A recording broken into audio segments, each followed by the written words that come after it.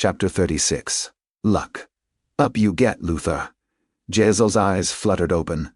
It was so bright that he could hardly make out where he was, and he grunted and blinked, shading his eyes with one hand. Someone had been shaking his shoulder. 9 fingers. We need to be on our way. Jezal sat up. Sunlight was streaming into the narrow chamber, straight into his face, specks of dust floating in the glare. Where is everyone? He croaked, tongue thick and lazy with sleep. The Northman jerked his shaggy head towards the tall window. Squinting, Jezal could just see Brother Longfoot standing there, looking out, hands clasped behind him. Our navigator's taking in the view. Rest of the crew are out front, seeing to the horses, reckoning the route. Thought you might use a few minutes more under the blanket?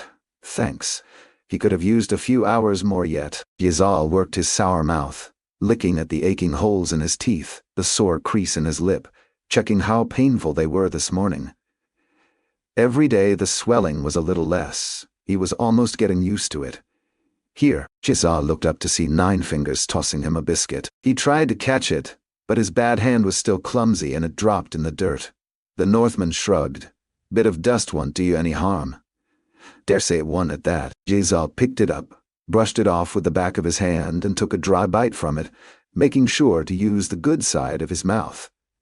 He threw his blanket back, rolled over and pushed himself stiffly from the ground. Logen watched him take a few trial steps. Arms spread out wide for balance, biscuit clutched in one hand. It's been worse. It had been better too.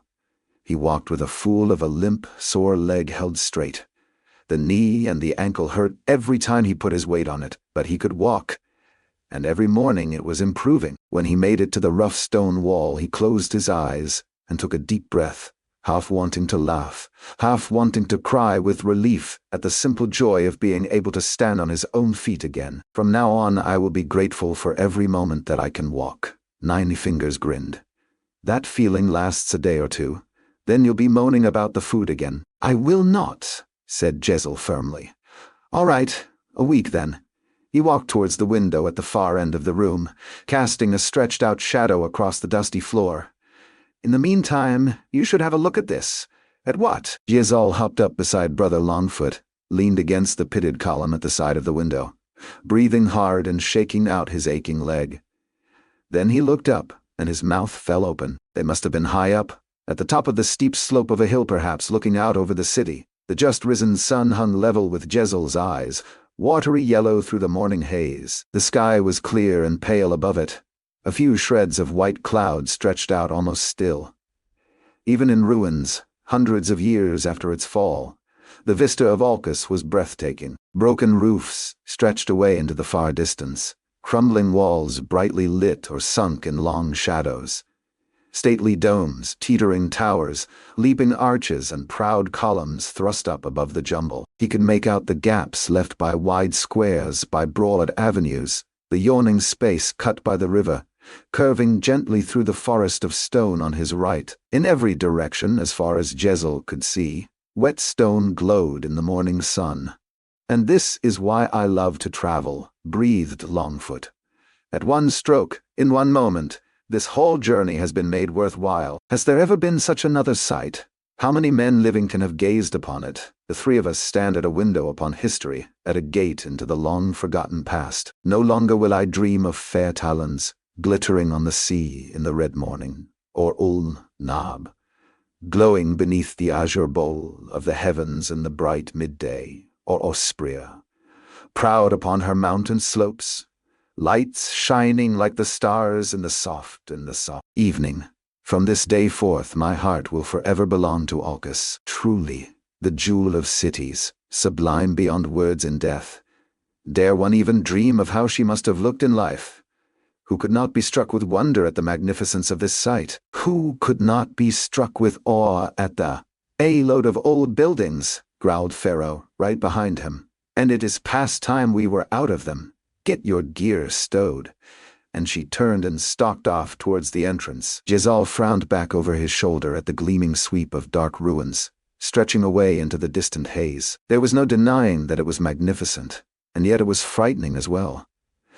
The splendid buildings of Adua, the mighty walls and towers of the Agrient, All that Jezal had thought of as magnificent seemed mean and feeble copies. He felt like a tiny, ignorant boy from a small and barbaric country in a petty, insignificant time.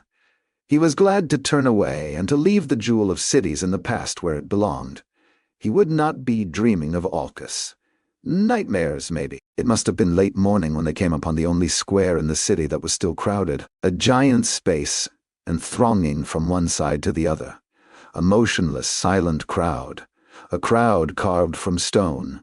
Statues of every attitude, size, and material. There was black basalt and white marble, green alabaster, and red porphyry, gray granite, and 100 other stones of which Jezal could not guess the names. The variety was strange enough, but it was the one thing they all had in common which he found truly worrying. Not one of them had a face. Colossal features had been picked away, leaving formless messes of pockmarked rock. Small ones had been hacked out, leaving empty craters of rough stone. Ugly messages in some script that Jezal did not recognize had been chiseled across marble chests, down arms, round necks, into foreheads. It seemed that everything in Alcus had been done on an epic scale, and the vandalism was no exception. There was a path cleared through the middle of this sinister wreckage, wide enough for the cart to pass. So Jezal rode out at the front of the group, through a forest of faceless shapes, crowded in on either side like the throng at a procession of state. "What happened here?" he murmured. Bayaz frowned up at a head that might easily have been 10 strides high, its lips still pressed into a powerful frown, its eyes and nose all chopped away, harsh writing cut deep into its cheek. When Glokta seized the city, he gave his cursed army one day to make free with its people, to satisfy their fury and quench their lust for plunder, rape, and murder. As though they could ever be satisfied. Nine Fingers coughed and shifted uncomfortably in his saddle. Then they were ordered to tear down all the statues of Juvens in the city. From every roof, from every hall, from every frieze and temple. There were many likenesses of my master in Alcus, for the city was his design. But Glokta was nothing if not thorough. He sought them all out, and had them gathered here and defaced them all, and stamped into them terrible curses. Not a happy family. Jezal had never seen eye to eye with his own brothers. But this seemed to him a little excessive. He ducked away from the outstretched fingers of a giant hand, standing upright on its severed wrist, a ragged symbol chiseled savagely out of the palm. "What does it say?" Bayaz frowned. "Believe me, it is better you do not know." A colossal building, even by the standards of this giant's graveyard, towered over the army of sculptures at one side. Its steps were high as a city wall, the columns of its facade as thick as towers, its monstrous pediment encrusted with faded carvings. Bayaz reined his horse up before it and stared up. Jezal stopped behind him, glancing nervously at the others. "Let's keep on." Nine Fingers scratched at his face and stared around anxiously. "Let's leave this place as quickly as we can and never come back." Bayaz chuckled. "The Bloody Nine, scared of shadows? I'd never have believed it." "Every shadow's cast by something," growled the Northman, but the first of the Magi was not to be put off. "We have time enough to stop," he said as he struggled from the saddle. "We are close to the edge of the city now. An hour at the most, and we are out and on our way. You might find this interesting, Captain Luther, as would anyone else who would care to join me." Nine Fingers cursed under his breath in his own tongue. "All right then. I'd rather walk than wait. You have quite piqued my curiosity," said Brother Longfoot as he jumped down next to them. "I must confess that the city does not seem so daunting in the light as it did in the rain of yesterday. Indeed, it is hard now to see why it has such a black reputation. Nowhere in all the circle of the world can there be such a collection of fascinating relics, and I am a curious man, and unashamed to admit it." "Yes, indeed, I have always been a—" "We know what you are," hissed Pharaoh. "I'll wait here. Please yourself." Bayaz dragged his staff from his saddle. "As always, you and Master Quay can no doubt each delight the other with comical tales while we are gone. I am almost sorry to miss the banter." Pharaoh and the apprentice frowned at each other as the rest of them made their way between the ruined statues and up the wide steps. Jezal limping and wincing on his bad leg, they passed through a doorway as big as a house and into a cool, dim, silent space. It reminded Jezal of the Lord's round in Adua, but even bigger. A cavernous circular chamber, like a great bowl with stepped seating up the sides, carved from stone of many colors, whole sections of it smashed and ruined. The bottom was choked with rubble, no doubt the remnants of a collapsed roof. The great dome fallen. The Magus squinted up through the ragged space into the bright sky beyond. A fitting metaphor, he sighed. Shuffling slowly round the curving aisle between the marble shelves, Jezal frowned up at that vast weight of overhanging stone, wondering what might happen if a chunk of it should fall and hit him on the head. He doubted Pharaoh would be stitching that up. He had not the slightest idea why Bayaz wanted him here, but then he could have said that for the whole journey, and indeed he often had. So he took a deep breath and limped out after the Magus, 9 fingers just behind, the noises of their movement echoing around in the great space. Longfoot picked his way among the broken steps and peered up at the fallen ceiling with a show of great interest. "What was this place?" he called out. Voice bouncing from the curved walls.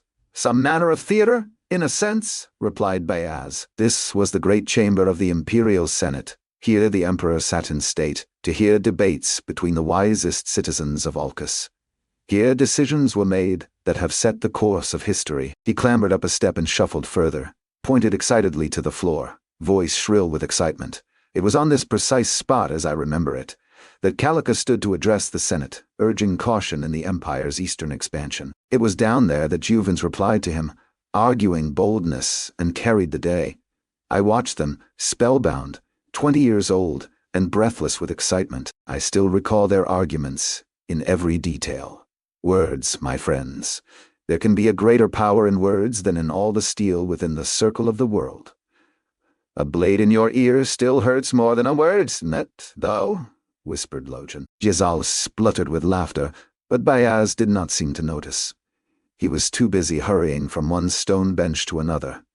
Here Scarpius gave his exhortation on the dangers of decadence, on the true meaning of citizenship. The Senate sat, entranced. His voice rang out like Bayaz plucked at the air with his hand, as though hoping to find the right word there. Bah! What does it matter now? There are no certainties left in the world. That was the age of great men, doing what was right. He frowned down at the broken rubble, choking the floor of the colossal room. This is the age of little men, doing what they must. Little men, with little dreams, walking in giant footsteps. Still, you can see it was a grand building once. Yes, ventured Jezal, limping away from the others to peer at some friezes carved into the wall at the very back of the seating. Half-naked warriors, awkwardly posed, pushing at each other with spears. All grand, no doubt, but there was an unpleasant smell to the place, like rot, like damp, like sweating animals. The odor of a badly cleaned stable. He peered into the shadows, wrinkling his nose. What is that smell? 9 fingers sniffed the air, and his face fell in an instant. A picture of wide-eyed horror. He ripped his sword out, taking a step forward. Jezal turned, fumbling for the grips of his steels. A sudden fear pressing on his chest, he took it at first for some manner of beggar. A dark shape, swathed in rags, squatting on all fours in the darkness only a few paces away. Then he saw the hands, twisted and claw-like on the pitted stone. Then he saw the gray face, if you could call it a face, a chunk of hairless brow, a lumpen jaw bursting with outsized teeth, a flat snout like a pig's, tiny black eyes glinting with fury as it glared back at him. Something between a man and an animal, and more hideous by far than either. Jezal's jaw dropped open, and he stood gawping. It scarcely seemed worth telling 9 fingers that he now believed him. It was clear there were such things as Shanka in the world. "Get it!" roared the Northman, scrambling up the steps of the great chamber, drawn sword in hand. "Kill it!" Jezal shambled uncertainly towards the thing, but his leg was still halfway to useless, and the creature was quick as a fox, turning and skittering across the cold stone towards a crack in the curving wall, and wriggling through like a cat through a fence before he had got more than a few lurching steps. "It's gone." Bayaz was already shuffling towards the entrance, the tapping of his staff on the marble echoing above them. "We see that, Master Luther. We all very clearly see that. There'll be more," hissed Logen. "There always more. We have to go." It had been bad luck. Jezal thought as he lurched back towards the entrance, stumbling down the broken steps and wincing at the pain in his knee. Bad luck that Bayaz had decided to stop, right here and now. Bad luck that Jezal's leg had been broken, and he couldn't run after that repulsive thing. Bad luck that they had come to Alcus instead of being able to cross the river miles downstream. How did they get here? After the Maker's death, we hunted them. We drove them into the dark corners of the world. There are few corners darker than this one. Longfoot hurried past them for the entrance and down the steps, 2 at a time, and Jezal hopped after him. "What is it?" called Pharaoh, pulling her bow off her shoulder. "Flatheads!" roared Nine Fingers. She gazed at him blankly, and the Northman flapped his free hand at her. "Just fucking ride. Bad luck." That Jezal had beaten Bremer Dan Gorst and been chosen by Bayaz for this mad journey. Bad luck that he had ever held a fencing steel. Bad luck that his father had wanted him to join the army instead of doing nothing with his life like his 2 brothers. Strange how that had always seemed like good luck at the time. Sometimes it was hard to tell the difference. Jezal stumbled up to his horse, grabbed the saddle bow, and dragged himself clumsily up. Longfoot and Nine Fingers were already in their saddles. Bayaz was just shoving his staff back into its place with trembling hands. Somewhere in the city behind them, a bell began to clang. "Oh dear," said Longfoot, peering wide-eyed through the multitude of statues. "Oh dear. Bad luck," whispered Jezal. Pharaoh was staring at him. "What?" "Nothing." Jezal gritted his teeth and gave his horse the spurs. There was no such thing as luck. Luck was a word idiots used to explain the consequences of their own rashness and selfishness and stupidity. More often than not, bad luck meant bad plans. She had warned Bayaz that there was something in the city besides her and 5 pink fools. She had warned him, but no one had listened. People only believe what they want to. Idiots, anyway. She watched the others while she rode. Quay, on the seat of the jolting cart, eyes narrowed and fixed ahead. Luther, with his lips curled back from his teeth, pressed into the saddle in the crouch of a practiced rider. Bayaz, jaw clenched tight, face pale and drawn, clinging on grimly. Longfoot, looking often over his shoulder, eyes wide with fear and alarm. Nine Fingers jolting in his saddle, breathing hard, spending more time looking at his reins than at the road. 5 idiots, and her. She heard a growl and saw a creature squatting on a low roof. It was like nothing she had seen before. A bent-over ape, twisted and longland. Apes do not throw spears, however. Her eyes followed it as it arced downwards. It thudded into the side of the cart and stuck there, wobbling. Then they were past and clattering on down the rutted street. That one might have missed, but there were more creatures in the ruins ahead. Pharaoh could see them moving in the shadowy buildings, scuttling along the roofs, lurking in the crumbling windows, the gaping doorways. She was tempted to try a shaft at one of them. But what would have been the point? There were a lot of them out there. Hundreds, it felt like. What good would killing one of them do when they were soon left behind? A waste of an arrow. A rock crashed down suddenly beside her, and she felt a fragment from it whiz past and nicked the back of her hand. It left a bead of dark blood on her skin. Pharaoh frowned and put her head down, keeping herself low to the bouncing back of her horse. There was no such thing as luck. But there was no point being a bigger target. Logen thought he'd left the Shanka far behind. But after the first shock of seeing one, it came as no surprise. He should known by now. Only friends get left behind. Enemies are always at your heels. The bells were all around them, echoing out of the ruins. Logen's skull was full of their clashing, stabbing through the cracking hooves and the shrieking wheels and the rushing air, clanging far away, near at hand, ahead and behind. The buildings rushed by, gray shapes full of danger. He saw something flash by and bounce spinning from the stones. A spear. He heard another twitter behind, then saw one clatter across the road in front. He swallowed, narrowing his eyes against the wind in his face, and tried not to imagine a spear thudding into his back. It wasn't too difficult. Just holding on was taking all his concentration. Pharaoh had turned in her saddle to shout something at him over her shoulder, but her words were lost in the noise. He shook his head at her, and she stabbed her arm furiously at the road ahead. Now he saw it. A crevasse opened in the road before them, rushing up at a gallop. Logen's mouth gaped just as wide, and he gave a breathless squeak of horror. He dragged on the reins, and his horse's hooves slipped and skittered on the old stones, turning sharply to the right. The saddle lurched, and Logen clung on, cobbles flying by underneath in a grey blur, the edge of the great chasm rushing past, no more than a few strides away on his left, cracks from it cutting out into the crumbling road. He could feel the others nearby, could hear voices shouting, but he couldn't hear their words. He was too busy rolling and bouncing painfully in the saddle, willing himself to stay on, all the while whispering, "Still alive, still alive, still alive."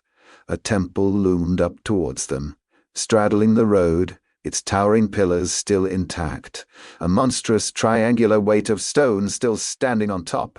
The cart crashed between two of the columns, and Logen's horse found its way between two others, dipping suddenly into shadow and back out, all of them surging into a wide hall, open to the sky. The crack had swallowed the wall to the left, and if there had ever been a roof, it had vanished long ago. Logen rode on, breathless, eyes fixed on a wide archway straight ahead, a square of brightness in the dark stone, bouncing and jolting with the movement of his horse.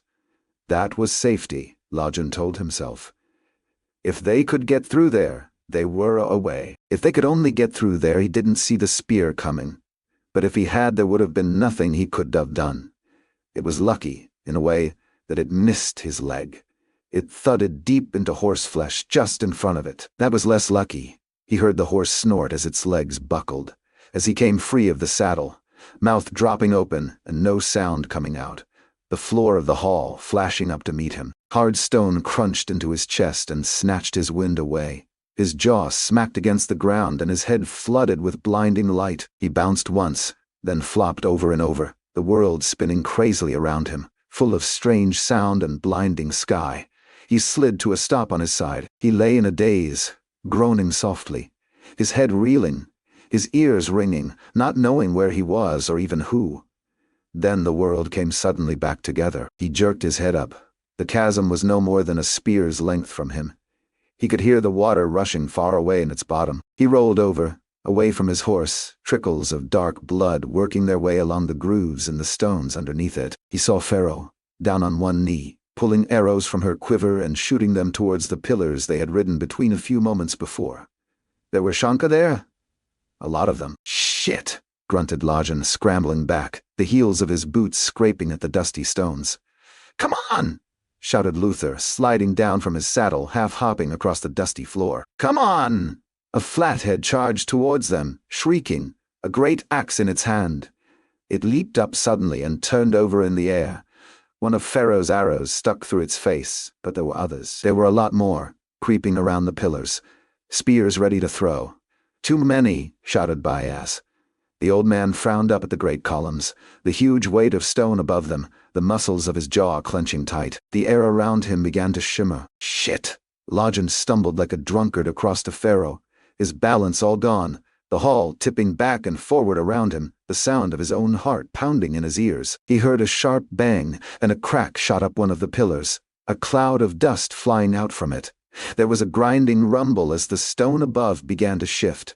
A couple of the Shanka looked up as fragments rained down on them, pointing and gibbering. Logen grabbed tight hold of Pharaoh's wrist. "Fuck!" she hissed, fumbling an arrow as he half fell and dragged her over, scrambled up and started to pull her after him. A spear zipped past them and clattered across the stones, tumbled off over the edge of the crack into empty space.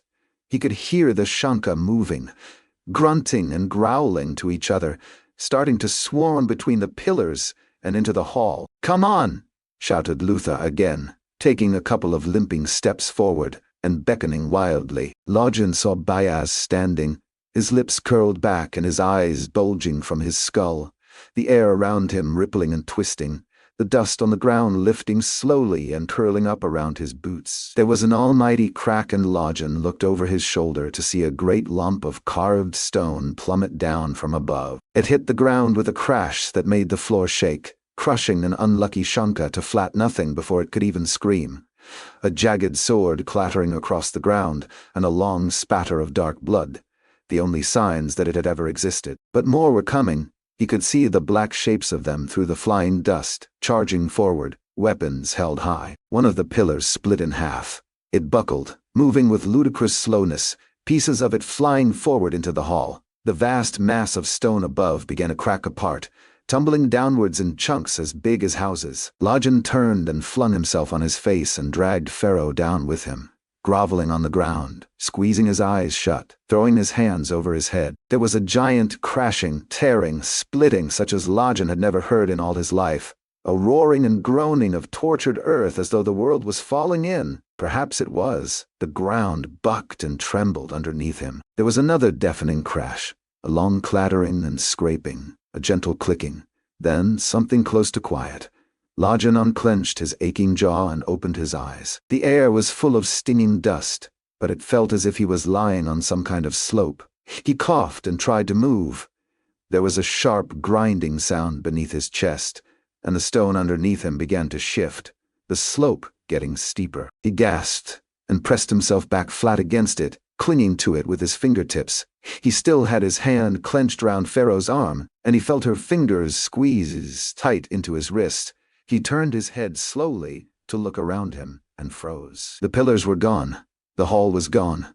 The floor is gone. The vast crack had swallowed them all up, and now yawned underneath him.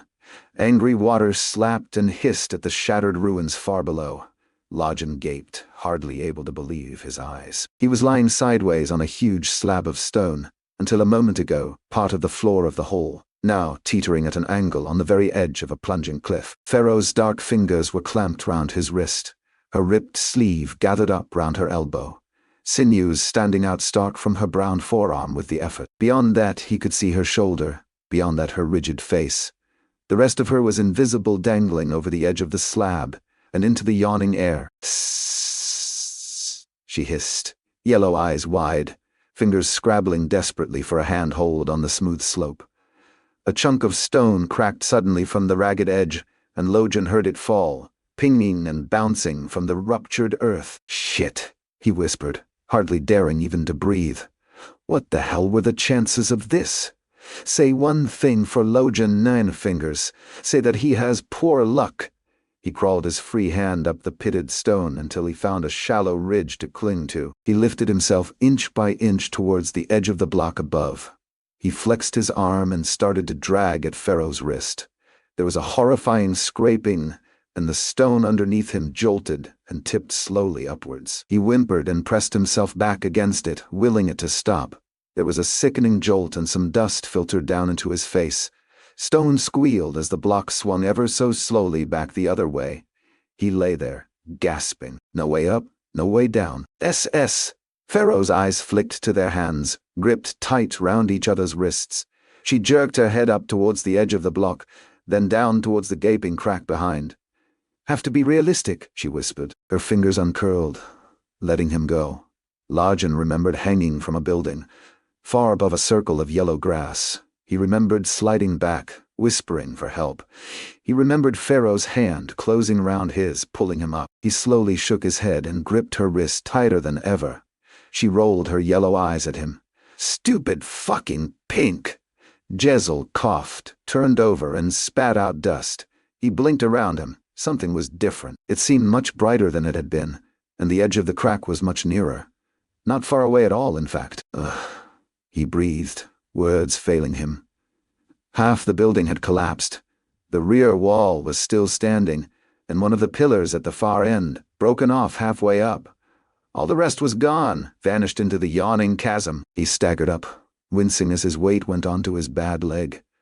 He saw Bayaz lying propped against the wall nearby. The Magus's withered face was streaked with sweat, bright eyes glittering in black circles, bones of his face poking through stretched skin. He looked like nothing so much as a week-old corpse. It was a surprise to see him move at all, but Jezal watched him raise one palsied hand to point towards the crack. "Get them!" he croaked. "The others! Over here!" Ninefingers' voice came strangled sounding from beyond the edge of the crevasse. So he was alive, at least. One great slab was sticking up at an angle, and Jezal shuffled gingerly towards it, worried that the floor might suddenly give way beneath him.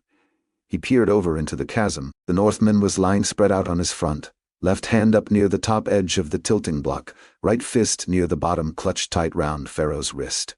Her body was out of sight, her scarred face just visible. They both looked equally horrified. Several tons of stone, rocking, ever so gently, balanced on the finest of margins. It was plain that it might easily slide into the abyss at any moment. "Do something," whispered Pharaoh, not even daring to raise her voice. Jezal noticed that she did not suggest any specifics, however.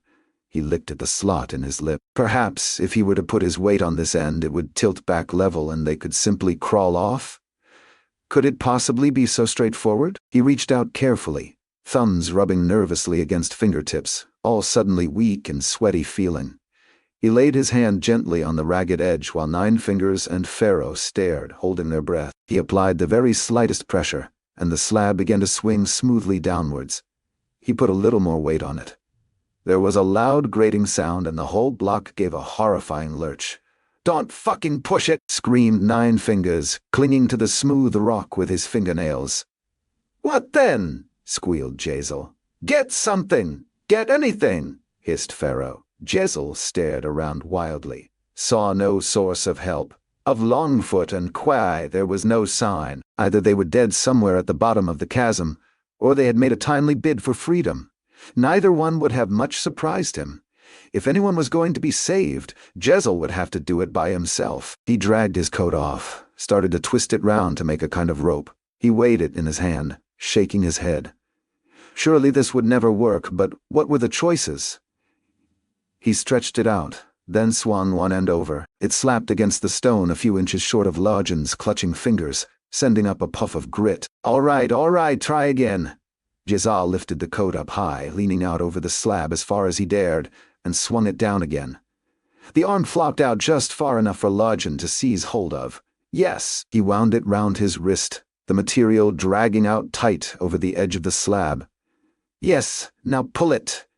Jezal gritted his teeth and hauled, his boots slipping in the dust, his sore arm and his sore leg aching with the effort. The coat came towards him, slowly, sliding over the stone, inch by torturous inch.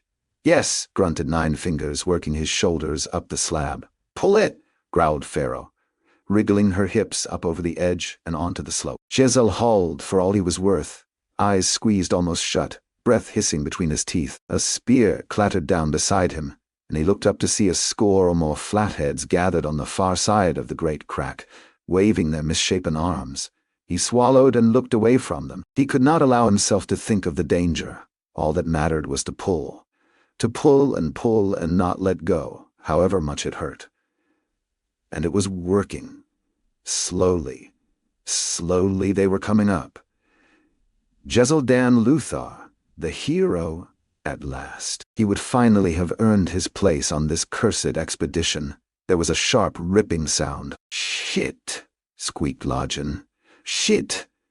The sleeve was coming slowly away from the body of the coat, the stitches stretching, ripping, coming undone. Jezal whimpered with horror, his hands burning. Should he pull or not? Another stitch pinged open. How hard to pull. One more stitch went. "What do I do?" he squealed. "Pull, you fucker!" Jezal dragged at the coat as hard as he could, muscles burning. Pharaoh was up on the stone, scrabbling at the smooth surface with her nails. Logen's clutching hand was almost at the edge, almost there, his 3 fingers stretching out for it. Jezal hauled again and he stumbled backwards, holding nothing but a limp rag. The slab shuddered and groaned and tipped up. There was a squawk, and Logen slid away, the ripped-off sleeve flapping useless in his hand. There were no screams. Just a clatter of tumbling stones, then nothing. They both were gone over the edge. The great slab rocked slowly back and lay there, flat and empty, at the edge of the crack. Jezal stood and stared, his mouth open, the sleeveless coat still dangling from his throbbing hand. "No," he whispered. That was not how it happened in the stories. Chapter 37, Beneath the Ruins. "You alive, Pink?" Logen groaned as he shifted his weight, felt a lurch of horror as stones moved underneath him. Then he realized he was lying in a heap of rubble, the corner of a slab digging hard into a sore spot in his back. He saw a stone wall, blurry, a hard line across it between light and shadow. He blinked, wincing, pain creeping up his arm as he tried to rub the dust out of his eyes. Pharaoh was kneeling just beside him, her dark face streaked with blood from a cut on her forehead, her black hair full of brown dust. Behind her a wide vaulted chamber stretched into the shadows. The ceiling was broken away above her head, a ragged line with the pale blue sky beyond it. Logen turned his head painfully, baffled. No more than a stride from him, the stone slabs he was lying on were sheared off, jutting out into the empty air. A long way away, he could see the far side of the crack, a cliff of crumbling rock and earth, the outlines of half-fallen buildings jutting from the top. He began to understand. They were underneath the floor of the temple. When the crack opened up, it must have torn this place open, leaving just enough of a ledge for them to fall onto. Them and a lot of broken rock. They couldn't have fallen far. He almost felt himself grinning. He was still alive. What about Pharaoh's hand slapped down hard over his mouth, her nose not a foot from his? "SS," she hissed softly, yellow eyes rolling upward, one long finger pointing towards the vaulted ceiling. Logen felt his skin go prickling cold. He heard them now, Shanka, scuffling and clattering, gibbering and squeaking to each other, up above their heads. He nodded, and slowly Pharaoh lifted her dirty hand away from his face. He eased himself up out of the rubble, slow and stiff, trying to stay as quiet as possible, wincing all the while at the effort, dust running off his coat as he came up to his feet. He tested his limbs, waiting for the searing pain that would tell him he had broken his shoulder or his leg or his skull. His coat was ripped, and his elbow was skinned and throbbing, streaks of blood all down his forearm to his fingertips. When he put his fingers to his aching head, he felt blood there, and underneath his jaw, where he cracked it on the ground. His mouth was salty with it, must have bitten his tongue yet again. It was a wonder the damn thing was still attached. One knee was painful, his neck was stiff, his ribs were a mass of bruises, but everything still moved. If he forced it to. There was something wrapped around his hand, the torn sleeve of Luther's coat. He shook it off and let it drop in the rubble beside him. No use now. Not much use then. Pharaoh was at the far end of the hall, peering into an archway. Logen shambled up beside her, doing his grimacing best to keep silent. "What about the others?" he whispered. Pharaoh shrugged her shoulders. Maybe they got away. He tried, hopefully. Pharaoh gave him a long, slow look. One black eyebrow raised, and Logen winced and squeezed his aching arm. She was right. The two of them were alive, for now. That's about as much luck as they could hope for, and it might be a while before they got any more. "This way," whispered Pharaoh, pointing into the darkness. Logen peered into that black opening and his heart sank. He hated being underground. All that weight of stone and earth, pressing above, ready to fall. And they had no torch. Inky black, with hardly air to breathe, no notion of how far to go or in what direction. He eared up nervously towards the vaulted stones above his head and swallowed. Tunnels were places for Shanka or for the dead. Logen was neither one, and he didn't much fancy meeting either down there. "You sure?" "What, scared of the dark?" "I'd rather be able to see if I had the choice." "You see any choices?" sneered Pharaoh at him. "You can stay here if you want. Maybe another pack of idiots will come wandering through in 100 years. You'll fit right in." Logen nodded, sucking sourly at his bloody gums. It seemed like a long time since the two of them had last been in a fix like this one. Sliding across the dizzy rooftops of the Agrient, hunted by men in black masks. It seemed a long, hard time, but nothing much had changed. For all their riding together, and eating together, and facing death together, Pharaoh was still as bitter, and as angry, and as sore a pain in his arse as she had been when they first set out. He tried to be patient, really he did, but it was getting to be tiring. "Do you have to?" he muttered, looking her right in one yellow eye. "Have to what? Be a cunt. Do you have to?" She frowned at him for a moment, opened her mouth, paused, then shrugged her shoulders. "You should have let me fall. Eh?" He'd been expecting some furious insult from her. Some stabbing at him with a finger, certainly, and possibly with a blade. That had sounded almost like regret. But if it had been, it didn't last long. "You should have let me fall. Then I'd be on my own down here without you to get in my way. There was no helping some people. Let go of you. Don't worry. Next time I will." "Good. spat Pharaoh, stalking off into the tunnel, shadows quickly swallowing her. Logen felt a sudden stab of panic at the idea of being left alone. "Wait," he hissed, and hurried after. The passageway sloped downwards, Pharaoh's feet padding noiseless, Logen's scraping in the dust, the last shreds of light gleaming on wet stone. He kept the fingertips of his left hand trailing along the wall, trying not to groan with each step at the pain in his bruised ribs, and his torn elbow, and his bloody jaw. The walls and the floor became nothing but hints, then nothing at all. Pharaoh's dirty shirt was a gray ghost, hovering in the dead air before him. A few weak-kneed steps further, and it was gone. He waved his hand in front of his face, not so much as a trace, just inky, fizzing blackness. He was buried in the darkness alone. "Pharaoh, wait!" "What?" He blundered into her in the dark, felt something shove him in the chest, and nearly fell over backwards, staggering against the damp wall. "What the hell? I can't see anything," he hissed, hearing his own voice full of panic. "I can't, where are you?"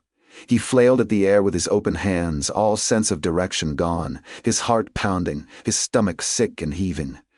What if she'd left him down there, the evil bitch? What if... Here.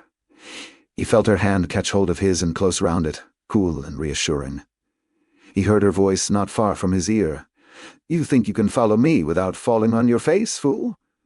"Fool? I think so. Just try to keep quiet." And he felt her move off, pulling him impatiently after her. If only the old crew could have seen him now. Logen Ninfingers, the most feared man in the north, piss-wet, frightened of the dark, clinging tight to the hand of a woman who hated him, like a child clinging to his mother's tit.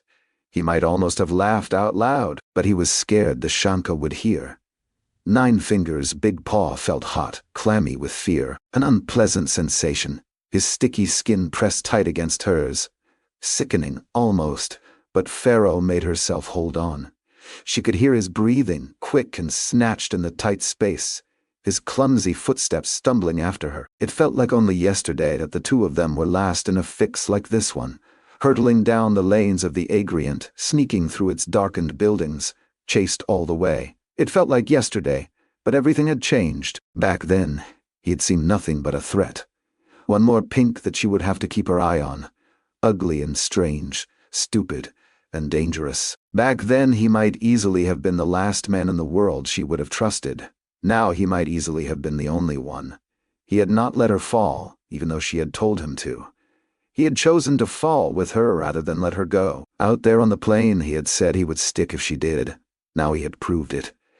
She looked over her shoulder, saw his pale face gawping in the dark, eyes wide but unseeing, free hand stretched out and feeling for the walls. She should have thanked him, maybe, for not letting her fall, but that would have been as good as admitting she needed the help. Help was for the weak, and the weak die, or are made slaves. Never hope for help, and you can never be disappointed when it does not come. And Pharaoh had been disappointed often, so instead of thanking him, she dragged at his hand and nearly made him fall.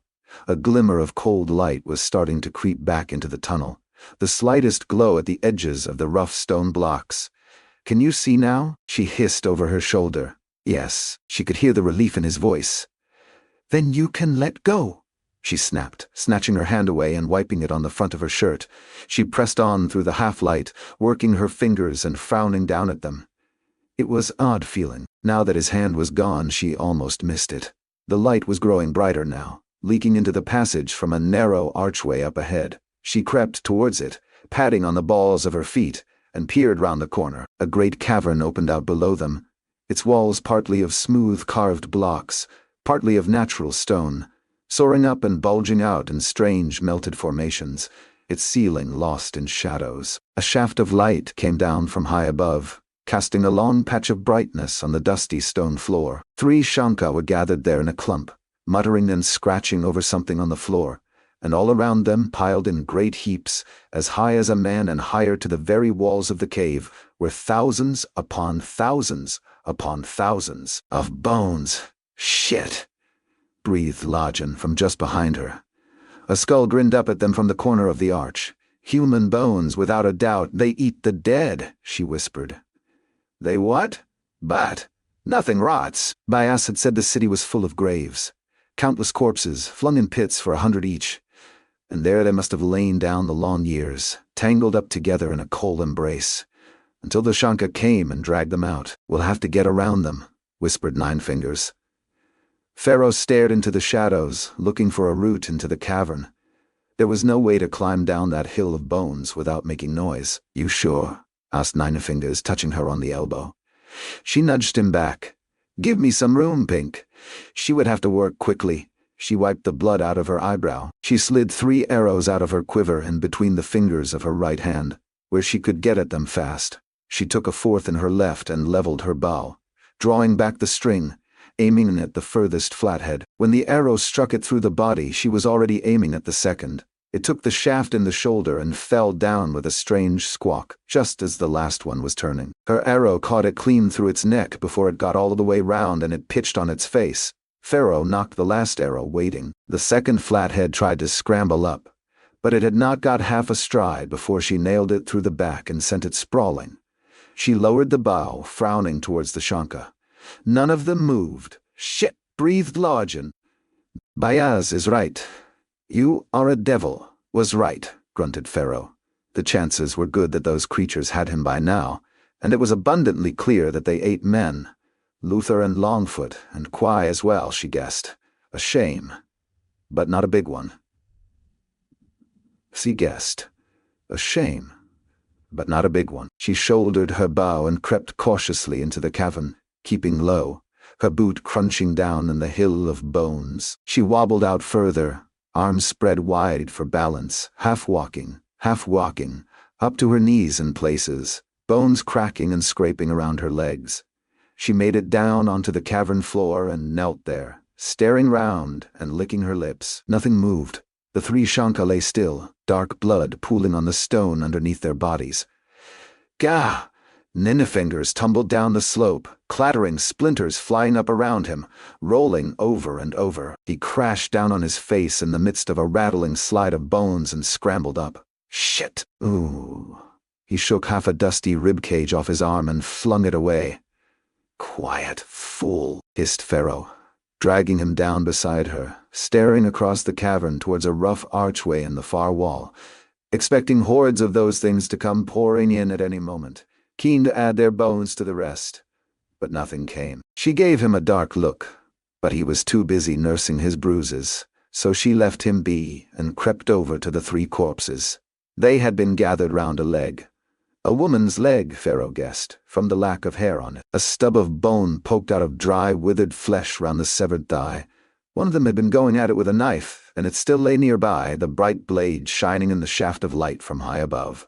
Nine Fingers stooped and picked it up. Nine Fingers stooped and picked it up. You can never have too many knives, no. What if you fall in a river and can't swim for all that iron? He looked puzzled for a moment. Then he shrugged and put it carefully back down on the ground. Fair point. She slipped her own blade out from her belt. One knife will do well enough. If you know where to stick it. She dug the blade into one of the flathead's backs and started to cut out her arrow. What are these things anyway? She worked the shaft out, intact, and rolled the flathead over with her boot. It stared up at her, piggy black eyes unseeing under a low, flat forehead, lips curled back from a wide maw full of bloody teeth. They're even uglier than you, Pink. Very good. They're Shanka, flatheads. Canedius made them. The next arrow snapped off as she tried to twist it out.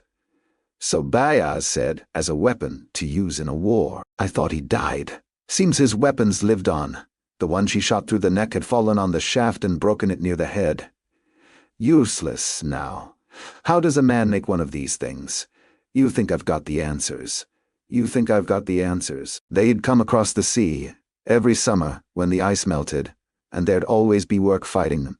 Lots of work. She hacked out the last shaft, bloody but sound. When I was young, they started coming more and more often. My father sent me south over the mountains to get help with the fighting of AIM, he trailed off. Well, that's a long story. The high valleys are swarming with flatheads now. It hardly matters.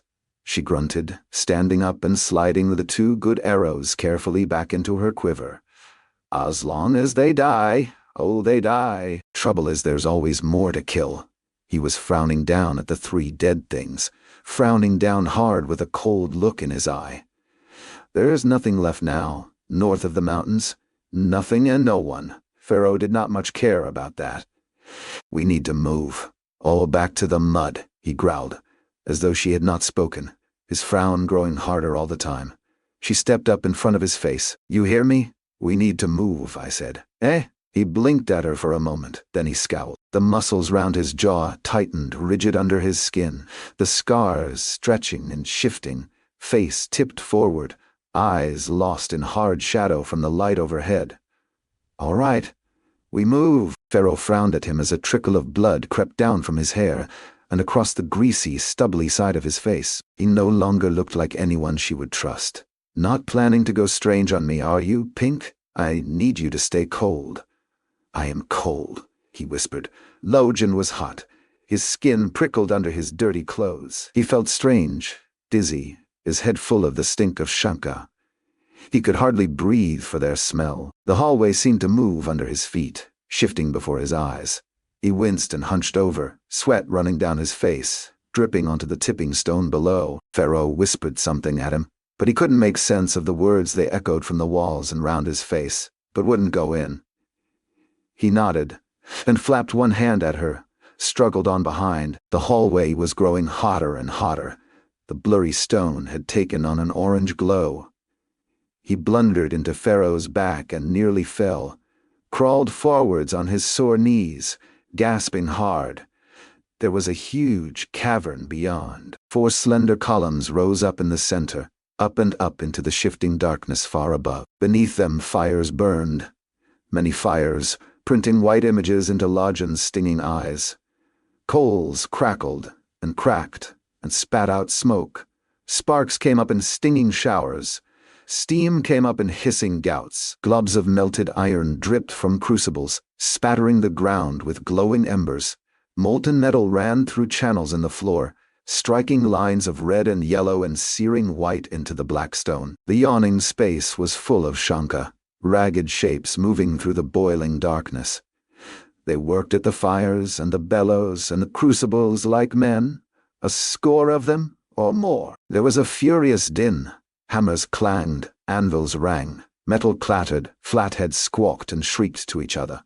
Racks stood against the distant walls, dark racks stacked with bright weapons, steel glittering in all the colors of fire and fury. Logen blinked and stared, head pounding, arm throbbing, the heat pressing onto his face, wondering if he could believe his eyes. Perhaps they had walked into the forge of hell. Perhaps Glostrad had opened a gate beneath the city after all, a gate to the other side, and they had passed through it without ever guessing. His eyes were bulging. His throat was burning. He could not swallow. He wasn't sure when he had drawn the Maker's sword, but now the orange light flashed and flickered on the bare dark metal. His right hand bunched into a fist around the grip, painful tight. He couldn't make the fingers open. He stared at them, glowing orange and black, pulsing as if they were on fire, veins and tendons starting from the taut skin, knuckles pale with furious pressure. Not his hand. We'll have to go back, Pharaoh was saying, pulling at his arm. Find another way? No! The voice was harsh as a hammer falling, rough as a whetstone turning, sharp as a drawn blade in his throat. Not his voice. Get behind me, he managed to whisper, grabbing hold of Pharaoh's shoulder and dragging himself past her. There could be no going back now, and he could smell them.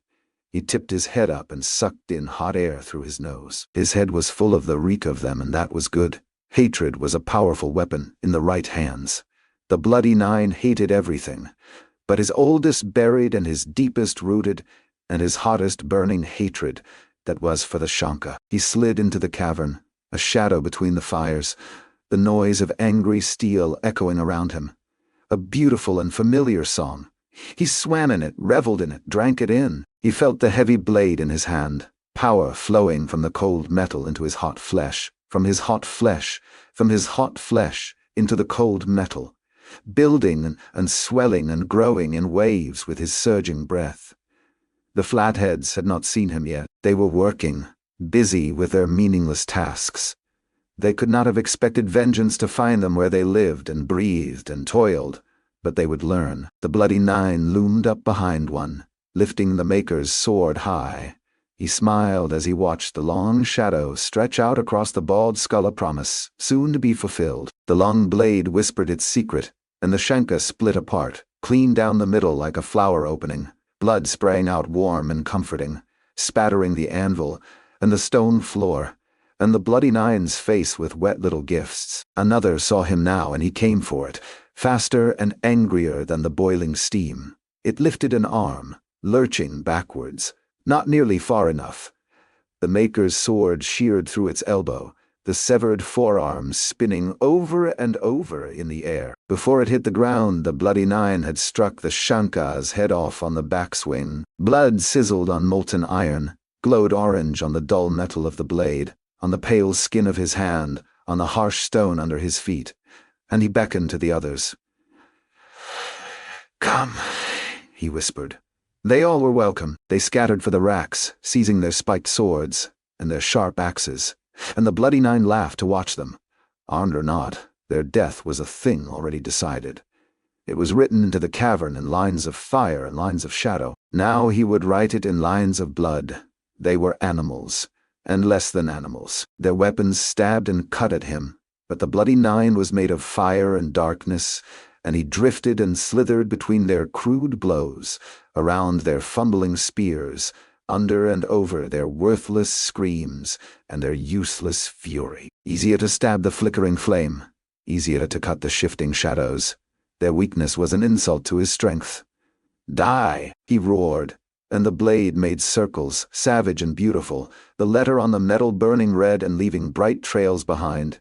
And where the circles passed, everything would be made right. The shanka would scream and gibber, and the pieces of them would scatter, and they would be sliced and divided as neatly as meat on the butcher's block, as dough on the baker's block, as the corn stubble left by the farmer's scythe, all according to two. A perfect design. The bloody nine showed his teeth, and smiled to be free, and to see the good work done so well.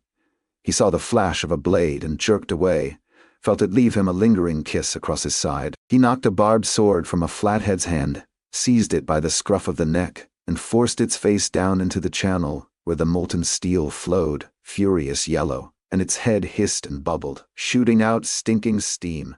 "Burn!" laughed the bloody nine, and the ruined corpses, and their gaping wounds, and their fallen weapons, and the boiling bright iron laughed with him. Only the shanka did not laugh. They knew their hour was come. The bloody nine watched one jump, springing over an anvil, a club raised to crush his skull. Before he could slash it from the air, an arrow slipped into its open mouth and snatched it backwards, dead as mud. The bloody nine frowned. He saw other arrows now, among the corpses. Someone else was spoiling his good work. He would make them pay later, but something was coming at him from between the four columns. It was cased all in bright armor, sealed with heavy rivets, a round helmet clamped over the top half of its skull, eyes glinting beyond a thin slot. It grunted and snorted, sounds loud as a bull, iron-booted feet thudding on the stone as it thundered forwards, a massive axe in its iron-gloved fists, a giant among shanka, or some new thing, made from iron and flesh, down here in the darkness. Its axe curved in a shining arc, and the bloody nine rolled away from it, the heavy blade crashing into the ground and sending out a shower of fragments. It roared at him again, maw opening wide under its slotted visor, a cloud of spit hissing from its hanging mouth. The bloody nine faded back, shifting and dancing with the shifting shadows and the dancing flames. He fell away, and away, and he let the blows miss him on one side and the other, miss him above his head and beneath his feet.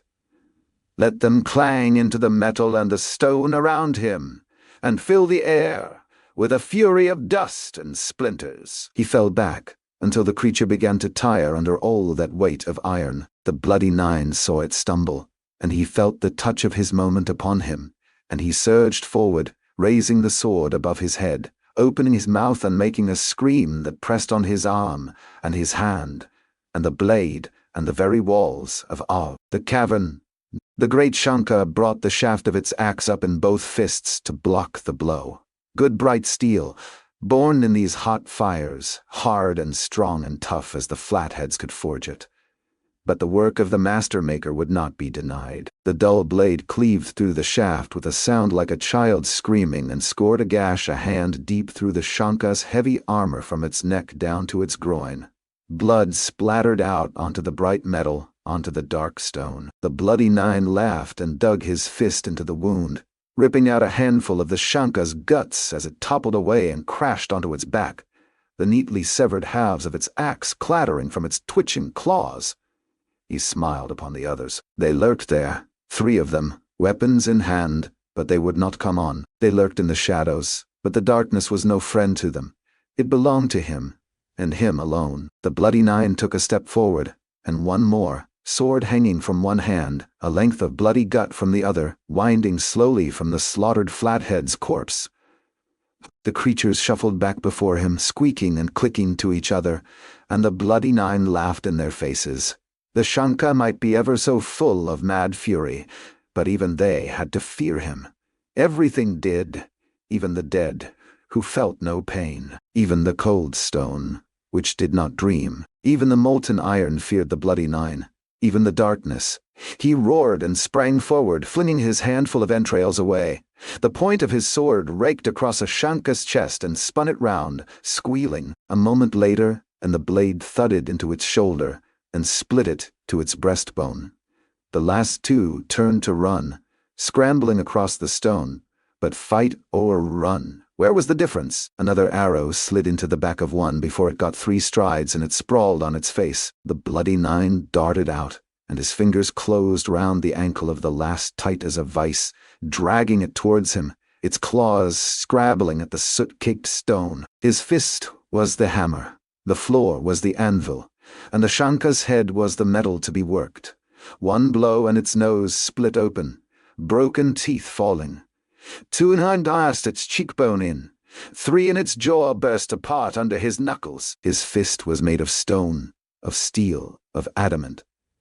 It was heavy as a falling mountain, and blow after blow, it crushed the Shanka's thick skull to formless mush. "Flathead!" hissed the bloody nine, and he laughed, hauling up the ruined body and flinging it away, turning in the air, to crash down into the broken racks. He reeled around, weaving across the chamber, the maker's sword dangling from his hand, the point striking sparks from the stone as it clattered after him. He glared into the darkness, turning and shifting, but only the fires moved, and the shadows moving around them. The chamber was empty.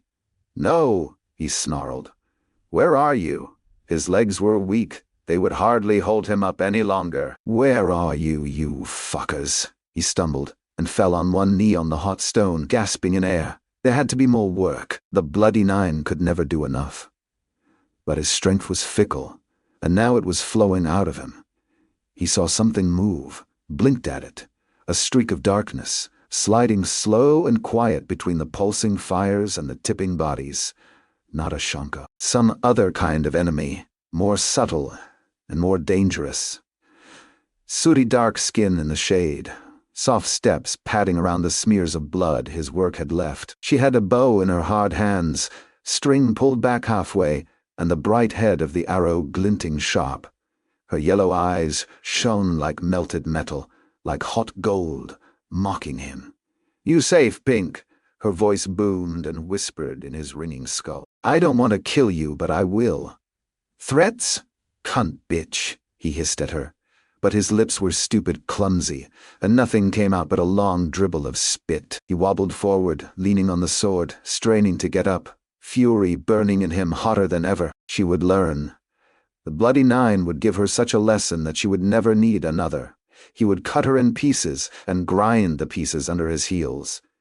If he could just get up, he swayed, blinking, breath rasping in out. Slow, slow. The flames dimmed and guttered. The shadows lengthened, blurred, swallowed him up and pushed him down. One more, just one more. Always one more. But his time was up. Logen coughed and trembled, shivering weak. His hands took shape in the murk, curled into fists on the dirty stone, bloody as a careless slaughterman's. He guessed what must have happened, and he groaned and felt tears stinging his eyes. Pharaoh's scarred face loomed at him out of the hot darkness, so he hadn't killed her at least. "You hurt?" He couldn't answer. He didn't know. It felt like there might be a cut on his side, but there was so much blood it was hard to tell. He tried to stand, lurched against an anvil, and nearly put his hand in a glowing furnace. He blinked and spat, knees trembling. Searing fires swam before his eyes. There were corpses everywhere, sprawled out shapes on the sooty ground. He looked around, dull-witted, for something to wipe his hands on, but everything was spattered with gore. His stomach heaved, and he stumbled on wobbly legs between the forges towards an archway in the far wall. One bloody hand clamped to his mouth. He leaned there, against the warm stone, dribbling sour blood and spit onto the ground. Pain licking at his side, at his face, at his torn knuckles. But if he'd been hoping for pity, he'd chosen the wrong companion. "Let's go," snapped Pharaoh. "Come on, Pink, up." He couldn't have said how long he shambled through the darkness, gasping after Pharaoh's heels, the sound of his own breath echoing in his skull. They crept through the guts of the earth, through ancient halls filled with dust and shadows, stone walls riddled with cracks, through archways into winding tunnels, ceilings of mud propped with rickety beams. Once they came to a junction and Pharaoh pressed him back into the darkness by the wall, both of them holding their breath as ragged shapes scraped and shuffled down a hallway that crossed theirs. On and on corridor, cavern burrow, he could only follow, dragging after her until he knew he would fall on his face at any moment from simple tiredness, until he was sure that he would never see daylight again. "Wait," hissed Pharaoh, putting her hand against his chest to stop him and nearly pushing him over. His legs were so weak. A sluggish stream joined the hallway, slow-moving water flapping and rippling in the shadows. Pharaoh knelt down beside it, peering into the dark tunnel it flowed out of. If it joins the river downstream, it must come from outside the city. Logen was not so sure. What if it comes up from underground? Then we find another way, or we drown. Pharaoh shouldered her bow and slid in, up to her chest, her thin lips pressed tight together. Logen watched her wade out, arms held up above the dark water. Did she never tire? He was so sore and weary he wanted only to lie down and never get up. For a moment he considered doing it. Then Pharaoh turned and saw him squatting on the bank. Logen sighed. There was never any changing her mind. He heaved one reluctant, trembling leg into the cold water. "Right behind you," he muttered. "Right behind." Chapter 38. No good for each other.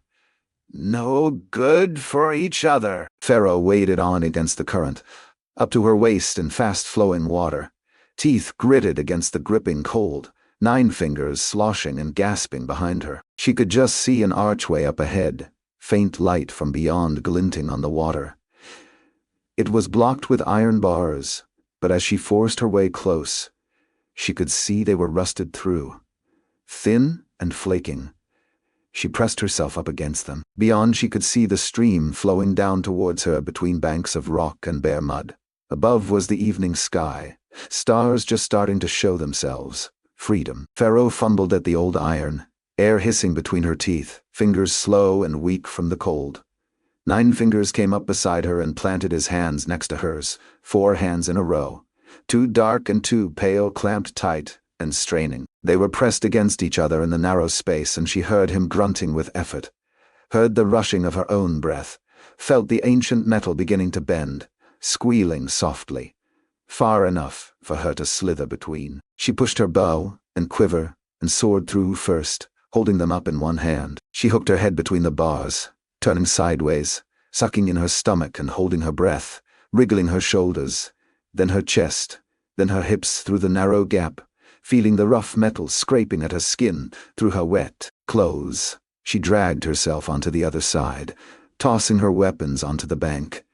She braced her shoulders in the archway and planted her boots against the next bar, every muscle straining while 9 fingers dragged on it from the other side. It gave all of a sudden, snapping in half and showering flakes of rust into the stream, dumping her on her back, over her head in the freezing water. 9 fingers started to haul himself through, face twisted with effort. Pharaoh floundered up, gasping with the cold, grabbed him under the arms and started pulling, felt his hands grip round her back. She grunted and wrestled and finally dragged him out. They flopped together onto the muddy bank and lay there side by side. Pharaoh stared up at the crumbling walls of the ruined city, rising sheer above her in the gray dusk, breathing hard and listening to 9 fingers do the same. She had not expected to get out of that place alive, but they were not away quite yet. She rolled and clambered up, dripping wet and trying to stop herself shivering. She wondered if she had ever been so cold in her whole life. That's it, she heard Nina Fingers muttering. By the fucking dead, that's it. I'm done. I'm not moving another stride. Pharaoh shook her head. We need to make some distance while we still have light. She snatched up her weapons from the dirt. You call this light? Are you fucking crazy, woman? You know I am. Let's go, Pink. And she poked him in the ribs with her wet boot. All right, damn it, all right. He stumbled reluctantly up, swaying, and she turned, started to walk up the bank through the twilight, away from the walls. What did I do? She turned and looked at him, standing there, wet hair dripping round his face. What did I do back there? You got us through. I meant, you got us through. That's all. And she slogged off up the bank. After a moment she heard Nine Fingers following. It was so dark, and Logen was so tired that he barely even saw the ruin until they were almost inside it. It must have been a mill, he reckoned. It was built out right next to the stream, though he guessed the wheel had been missing for a few hundred years or more. We'll stop here, hissed Pharaoh, ducking through the crumbling doorway. Logen was too tired to do anything but nod and shamble after her. Thin moonlight washed down into the empty shell, picking out the edges of stones, the shapes of old windows, the hard-packed dirt of the ground. He stumbled to the nearest wall and sagged against it, sliding slowly down until his arse hit the mud. Still alive, he mouthed silently and grinned to himself.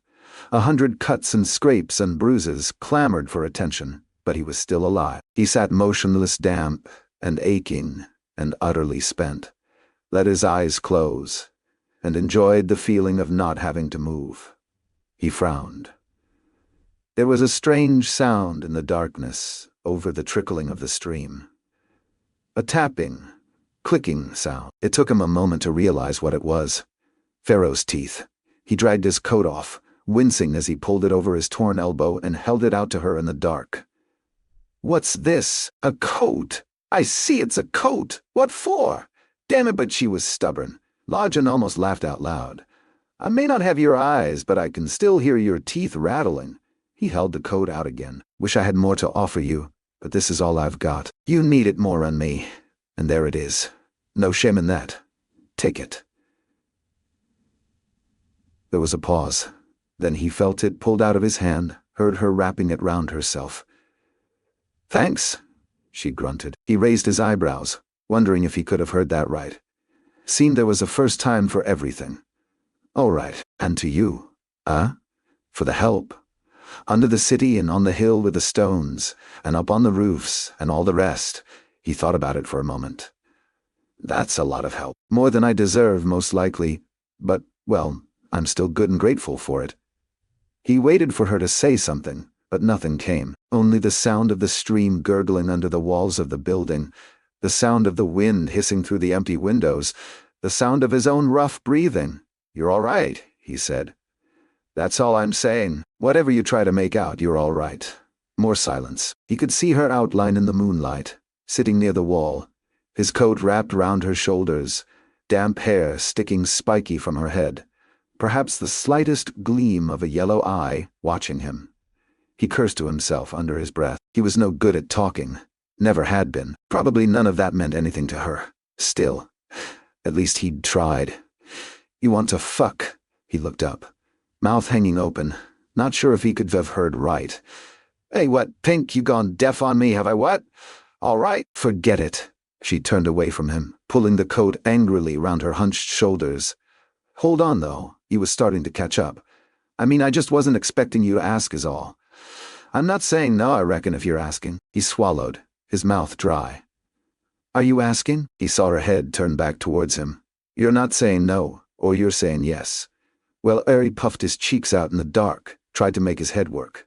He'd never thought to be asked that question again in all his days, and least of all by her. Now it had been asked, he was scared to answer. He couldn't deny it was somewhat of a daunting prospect, but it was better to do it than to live in fear of it. A lot better, yes, then, I think. I mean, of course I am. Why wouldn't I? I'm saying yes. He saw the outline of her face frowning down at the ground, thin lips pressed angrily together, like she'd been hoping for a different answer and wasn't quite sure what to do with the one he'd given.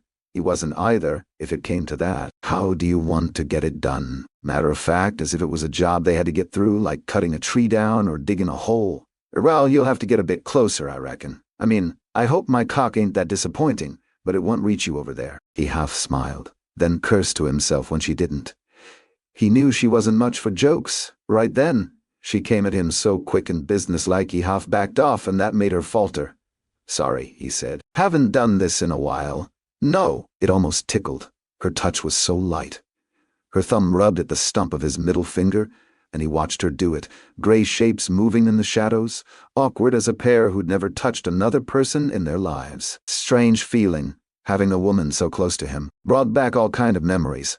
Logen reached up slowly, feeling like he was about to put his hand in the fire, and touched Pharaoh's face. It didn't burn.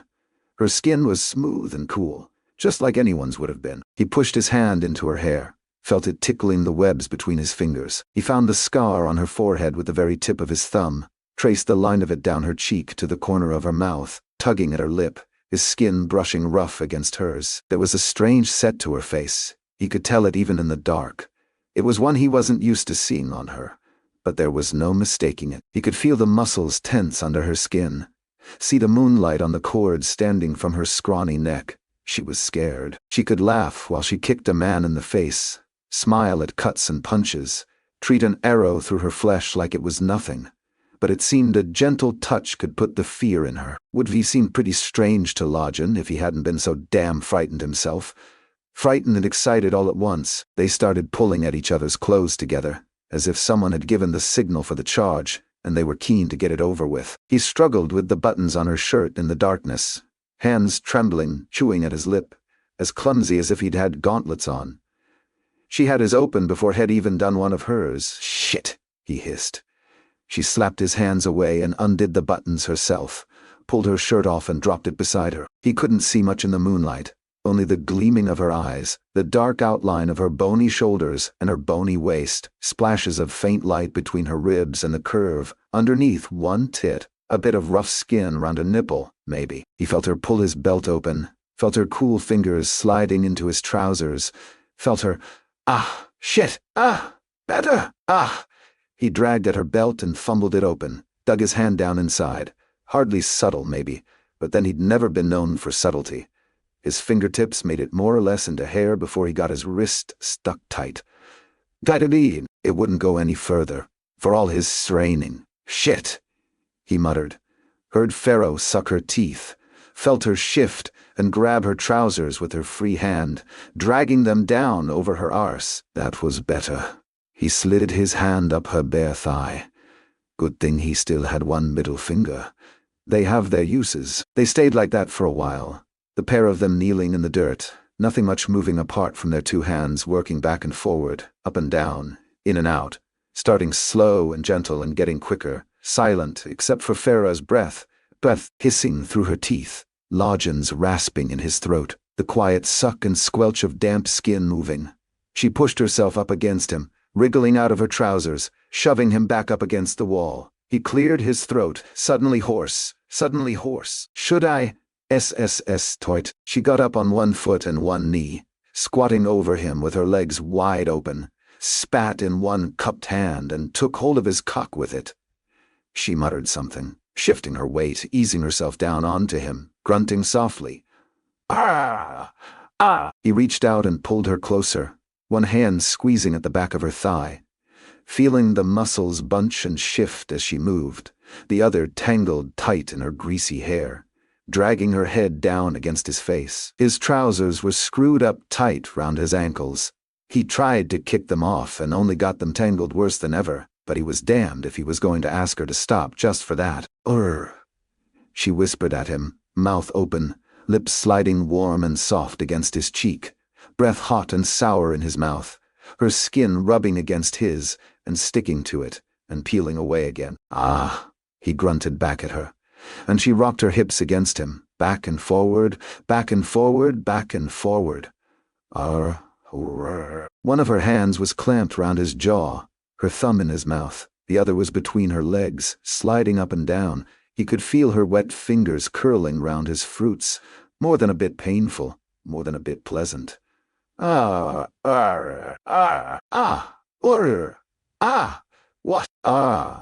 You're joking. Well, I was just getting started.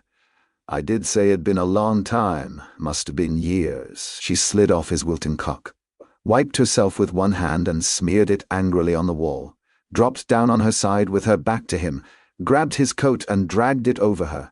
So that was an embarrassment, and no mistake. Logen cursed silently to himself. All that time waiting, and he hadn't been able to keep the milk in the bucket.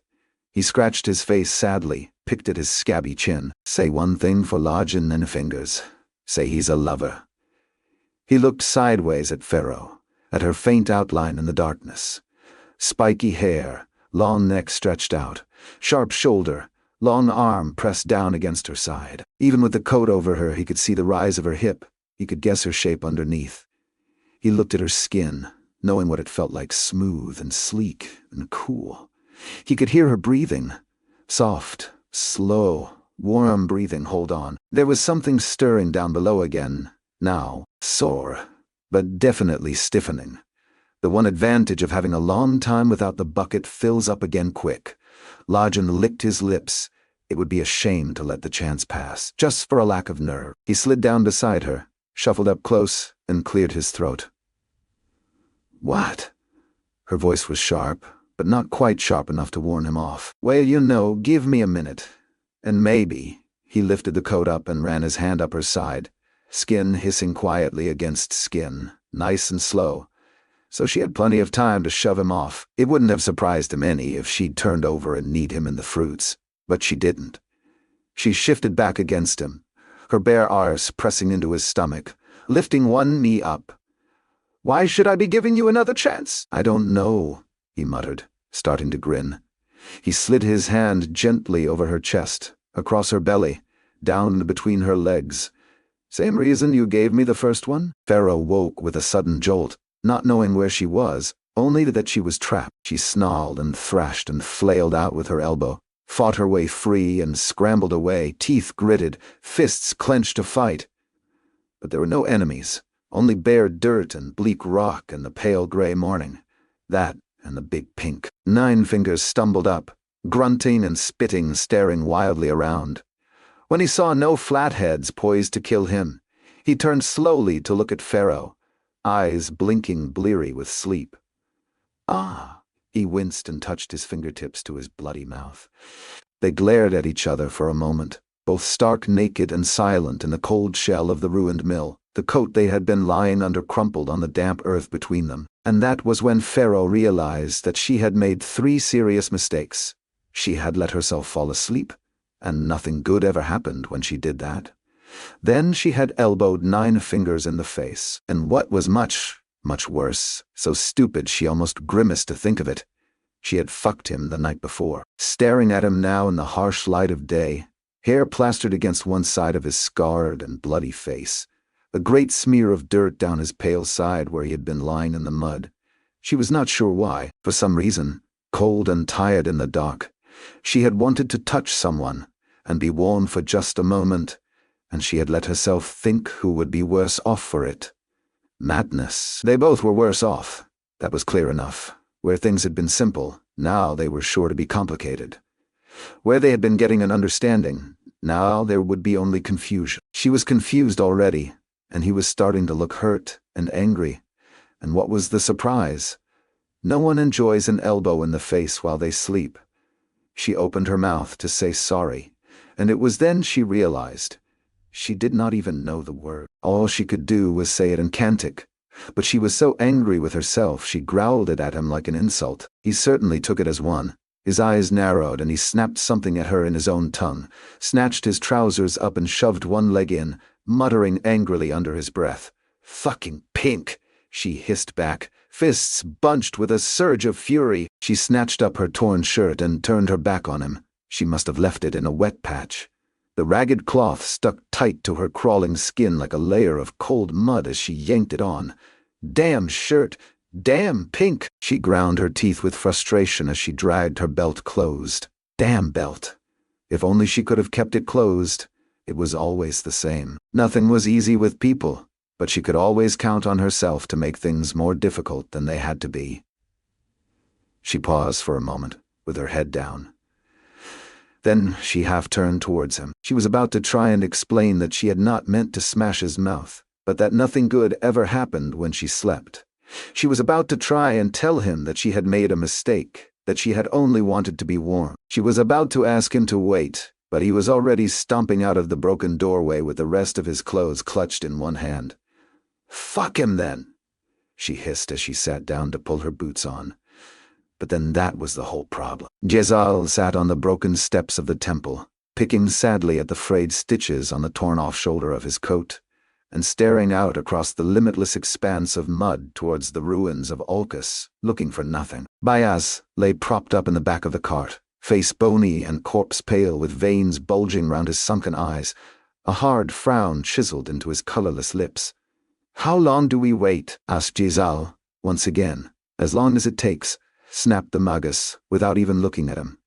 "We need them." Jezal saw Brother Longfoot, standing higher up on the steps with his arms folded, give him a worried glance. "You are, of course, my employer, and it is scarcely my place to disagree." "Don't then," growled Bayaz. "But Nine Fingers and the woman Naljin," persisted the navigator, "are most decidedly dead." "Are most decidedly dead." Master Luther quite specifically saw them slide into a chasm of very great depth. "My grief is immeasurable, and I am a patient man, few more. It is one among my many admirable qualities. But well were we to wait until the end of time. I fear that it would make us long," snarled the first of the Magi. "Us it takes." Jezal took a deep breath and frowned into the wind, looking down from the hill towards the city, eyes scanning over the expanse of flat nothing, pocked with tiny creases where streams ran, the grey stripe of a ruined road creeping out towards them. From the far-off walls, between the streaky outlines of ruined buildings, inns, farms, villages, all long fallen, "They're down there," came Kwai's emotionless voice. Jezal stood up, weight on his good leg, shading his hand and staring at where the apprentice was pointing. He saw them suddenly, two tiny brown figures in a brown wasteland, down near the base of the rock. "What did I tell you?" croaked Bayaz. Longfoot shook his head in amazement. How in God's name could they have survived? "They're a resourceful pair, all right." Jezal was already starting to grin. A month before he could not have dreamed that he would ever be glad to see Logen again, let alone Pharaoh. But here he was, smiling from ear to ear almost to see them still alive. Somehow a bond was formed out here in the wilderness, facing death and adversity together. A bond that strengthened quickly, regardless of all the great differences between them. A bond that left his old friendships weak and pale and passionless by comparison. Jezal watched the figures come closer, trudging along the crumbling track that led up through the steep rocks to the temple, a great deal of space between the two of them, almost as if they were walking separately. Closer still, and they began to look like two prisoners that had escaped from hell. Their clothes were ripped and torn and utterly filthy. Their dirty faces were hard as a pair of stones. Pharaoh had a scabbed-over gash across her forehead. Logen's jaw was a mass of grazes, the skin round his eyes stained with dark bruising. Jezal took a hopping step towards them. What happened? "How did nothing happened?" barked Pharaoh. "Nothing at all," growled Nine Fingers, and the two of them scowled angrily at each other. Plainly, they had both gone through some awful ordeal that neither one wished to discuss. Pharaoh stalked straight to the cart without the slightest greeting and started rooting through the back. Logen stood, hands on his hips, frowning grimly after her. "So," mumbled Jezal, not quite sure what to say. "Are you all right?" Logen's eyes swiveled to his. "Oh, I'm grand," he said with heavy irony. "Never better." "How the hell did you get that cart out of there?" The apprentice shrugged. "The horses pulled it out." "Master Quay has a gift for understatement," chuckled Longfoot nervously. "It was a most exhilarating ride to the city's south gate. Fight your way out, did you? Well, not I, of course. Fighting is not didn't think so. Logen leaned over and spat sourly onto the mud. We should at least consider being grateful, croaked Bayaz, the air sighing and crackling in his throat as he breathed in. There is much to be grateful for, after all. We are all still alive. You sure? Snapped Pharaoh. You don't look it. Jezal found himself in silent agreement there. The Magus could not have looked worse if he had actually died in Alcus deed, and already begun to decompose. She ripped off her rag of a shirt and flung it savagely on the ground, sinews shifting across her scrawny back. "Fuck are you looking at?" she snarled at Jezal. "Nothing," he muttered, staring down at the dirt. When he dared to look up, she was buttoning a fresh one up the front. Well, not entirely fresh. He had been wearing it himself a few days ago. "That's one of mine." Pharaoh looked up at him with a glare so murderous that Jezal found himself taking a hesitant step back. "But you're welcome to it, of course. SS," she hissed, jamming the hem violently down behind her belt, frowning all the while as if she was stabbing a man to death, probably him. All in all, it was hardly the tearful reunion that Jezal might have hoped for, even if he did now feel somewhat like crying. "I hope I never see this place again," he muttered wistfully. "I'm with you there," said Logen. "Not quite so empty as we thought, eh? Do you think you could dream up a different way back?" Bayaz frowned. "That would seem prudent. We will return to Chalcis down the river. There are woods on this side of the water further downstream. A few sturdy tree trunks lashed together, and the Eos will carry us straight to the sea, or to a watery grave." Jezal remembered with some clarity the surging water in the canyon of the great river. "My hope is better. In any case, there are still long miles to cover westward before we think about the return journey." Longfoot nodded. "Indeed there are, including a pass through a most forbidding range of mountains." "Lovely," said Logen. "I can hardly wait." "Nor I. Unfortunately, not all the horses survived." The navigator raised his eyebrows. "We have 2 to pull the cart. 2 to ride. That leaves us 2 short. I hate those fucking things anyway." Logen strode to the cart and clambered up opposite Bayaz in the back.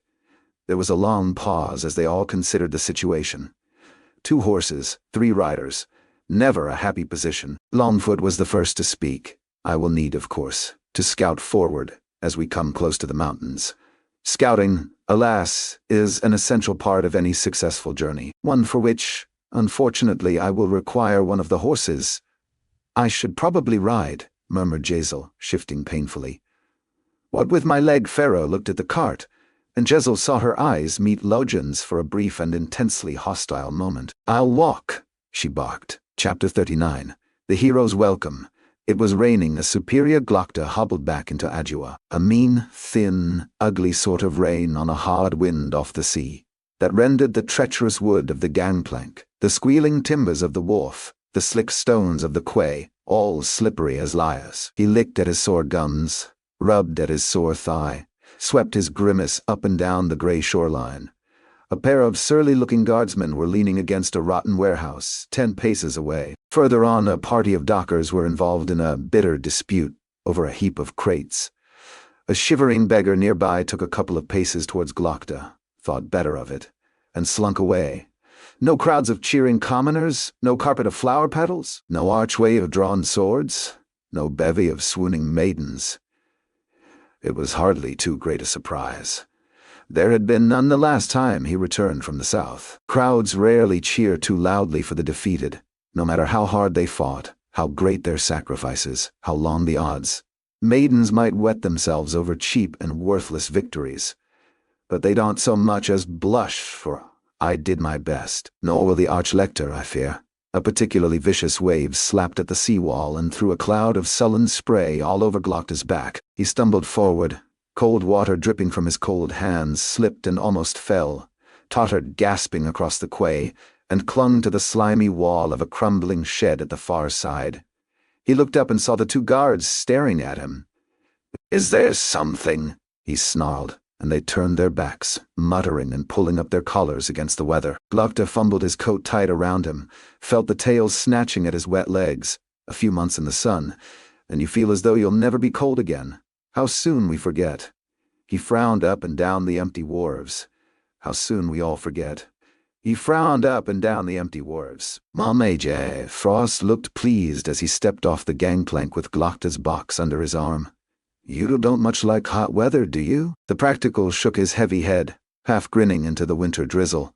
White hair spiky with wet, Severard followed behind him, squinting up at the gray clouds. He paused for a moment at the end of the plank. Then he stepped off onto the stones of the quay. Good to be back, he said. I only wish I could share your enthusiasm, but I cannot relax quite yet. His Eminence has sent for me, and judging by the way we left things in Dagaska, I think it more than likely that the meeting will not go well. A spectacular understatement. You had better stay out of sight for a couple of days. Out of sight? I don't plan to see outside of a whorehouse for a week. Very wise, and Severard. In case we don't see each other again. Good luck. The practical's eyes glinted. Always. Glokta watched him stroll off through the rain towards the seedier parts of town. Just another day for practical Severard, never thinking more than an hour ahead. What a gift. Damn your miserable country and damn its bloody weather, Vitari grumbled in her sing-song accent. I have to go and speak to Sult. Why, so do I, cried Glokta with exaggerated glee. What a charming coincidence. He offered her his bent elbow. We can make a couple and visit His Eminence together. She stared back at him. All right, but the pair of you will have to wait another hour for my head. There's just one call I need to make first. The tip of his stick cracked against the door. No answer. Damn it. Glokta's back was hurting like hell and he needed to sit down. He rapped again with his cane, harder this time. The hinges creaked. The door swung open a crack. Unlocked. He frowned, pushed it all the way. The door frame was split inside, the lock shattered, broken open. He limped across the threshold, into the hall. Empty and frosty cold. Not a stick of furniture anywhere, almost as if she moved out. But why? Glokta's eyelid gave a twitch. He had scarcely once thought about RD his whole time in the south. Other matters seemed so much more pressing. My one friend gave me this one task. If anything has happened to her, Glokta pointed to the stairs. And Vitari nodded and crept up them silently, bending and sliding a glinting knife out from her boot. He pointed down the hall and Frost padded off deeper into the house, pressed up into the shadows by the wall. The living room door stood ajar, and Glokta shuffled to it and pushed it open. Ade was sitting in the window with her back to him. White dress, dark hair, just as he remembered her. He saw her head move slightly as the door's hinges creaked. Alive then, but the room was strangely altered. Aside from the one chair she sat in, it was entirely empty. Bare whitewashed walls, bare wooden boards, windows without curtains. There's nothing fucking left, she barked, voice cracked and throaty. Clearly. Glokta frowned and stepped through the door into the room. Nothing left, I said. She stood up, still with her back to him. Or did you decide you'd take the chair after all? She spun round, grabbing hold of the back, lifted it over her head and flung it at him with a shriek. It crashed into the wall beside the door, sending fragments of wood and plaster flying. One leg whizzed past Glokta's face and clattered into the corner. The rest tumbled to the floor in a mass of dust and splintered sticks. Most kind, murmured Glokta. But I prefer to stand. You! He could see her eyes wide with surprise through her tangled hair. There was a gauntness and a paleness to her face that he did not remember. Her dress was rumpled and far too thin for the chilly room. She tried to smooth it with shivering hands, plucked ineffectually at her greasy hair. Glokta heard Frost thumping down the hall, saw him looming up at the doorway, fists clenched. He held up a finger. It's all right. Wait outside. The albino faded back into the shadows, and Glokta hobbled across the creaking boards into the empty sitting room. What happened? RD's mouth twisted. It seems my father was not nearly so well off as everyone imagined. He had debts. Soon after my brother left for Angland, they came to collect. Who came? A man called Fallow. He took all the money I had, but it wasn't enough. They took the plate, my mother's jewels, such as they were. They gave me 6 weeks to find the rest. I let my maid go. I sold everything I could, but they wanted more. Then they came again. 3 days ago, they took everything. Fallow said I was lucky he was leaving me the dress I was wearing. I see. She took a deep, shuddering breath. Since then, I have been sitting here and thinking on how a friendless young woman can come by some money. She fixed him with her eye. I have thought of only one way. I dare say if I had the courage I would have done it already." Glokta sucked at his gums. "Lucky for us both that you're a coward, then." He shrugged one shoulder out of his coat, then had to wriggle and flail to get his arm out. Once he finally did, he had to fumble his cane across into his other hand so he could finally throw it off. Damn it, I can't even make a generous gesture gracefully.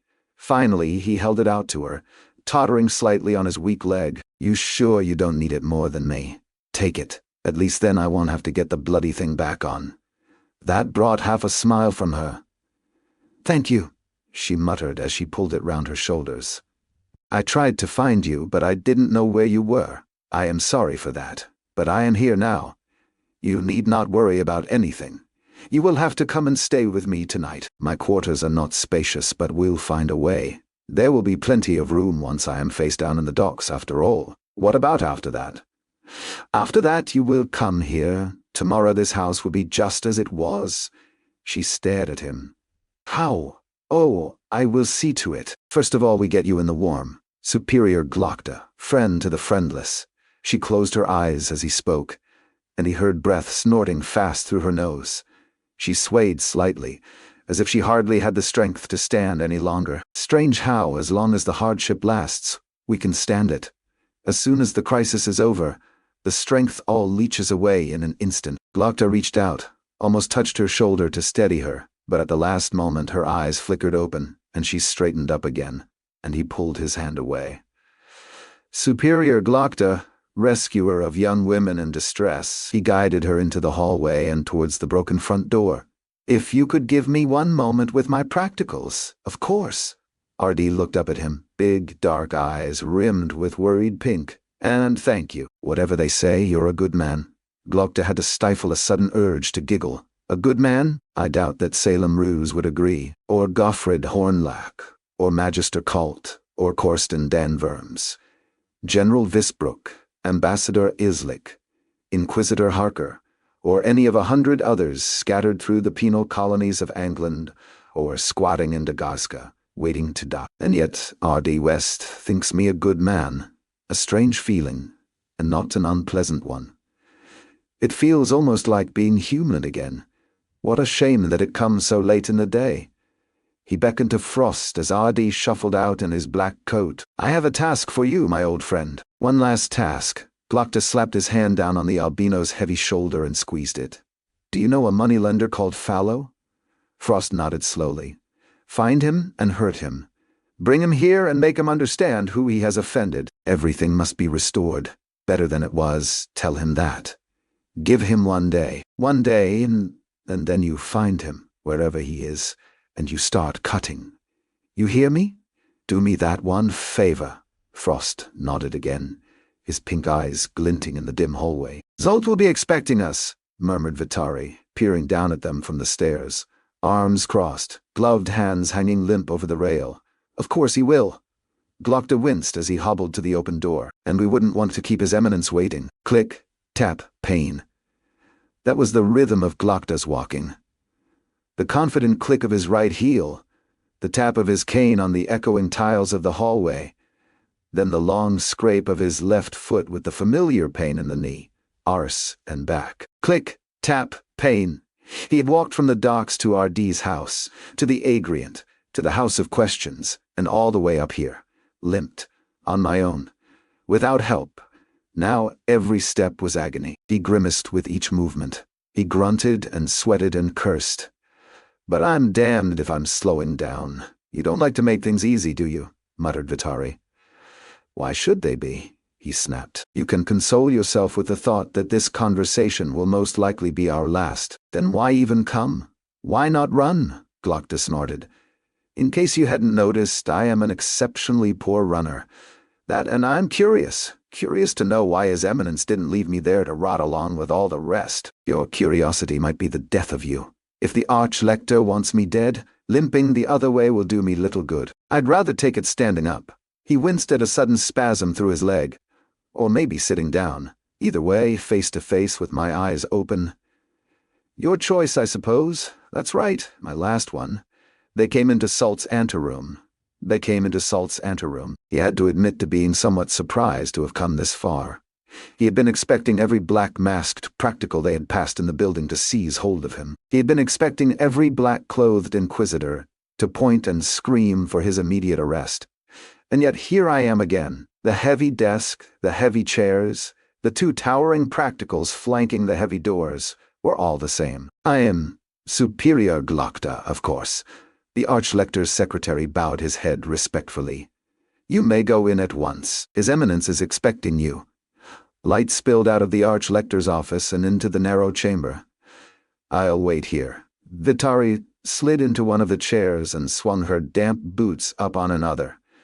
Don't bother waiting too long. My last words, perhaps. Glokta cursed inwardly as he shuffled towards the doorway. I really should have thought of something more memorable. He paused for just a moment at the threshold, took a deep breath, and hobbled through. The same airy round room, the same dark furniture, the same dark pictures on the bright walls, the same great window with the same view of the university, and the house of the Maker beyond. No assassins loitering under the table, no axemen waiting behind the door, only Salt himself, sitting at his desk with a pen in hand, the nib scratching calmly and evenly across some papers spread out before him.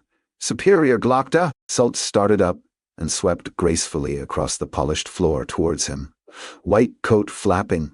I'm so glad you are safely returned. The Archlector gave every impression of being pleased to see him, and Glokta frowned. He had been prepared for almost anything but this. Salt held out his hand, the stone on his ring of office flashing purple sparks. Glokta grimaced as he bent slowly to kiss it. I serve and obey, Your Eminence. He straightened up with an effort, no knife in the back of the neck, but Salt was already flowing across to the cabinet, grinning broadly. Sit, please sit. You need not wait to be asked. Since when? Glokta grunted his way into one of the chairs, taking only the briefest moment to check for poisoned spikes on the seat. The Archlector, meanwhile, had plucked open the cabinet and was rummaging inside. Will he pull out a loaded flatbow and shoot me through the throat? But all that emerged were 2 glasses. It would seem congratulations are in order, he threw over his shoulder. Glokta blinked. What? Congratulations! Excellent work! Salt grinned down at him as he slid the glasses gracefully onto the round table, eased the stopper, clinking from the decanter. What to say? What to say, Your Eminence de Goska? I must be candid. It was on the point of falling when I left. Very soon now, the city will be overrun. Of course it will. Salt dismissed it all with a wave of his white-gloved hand. There was never the slightest chance of holding it. The best I was hoping for was that you'd make the Gurkish pay.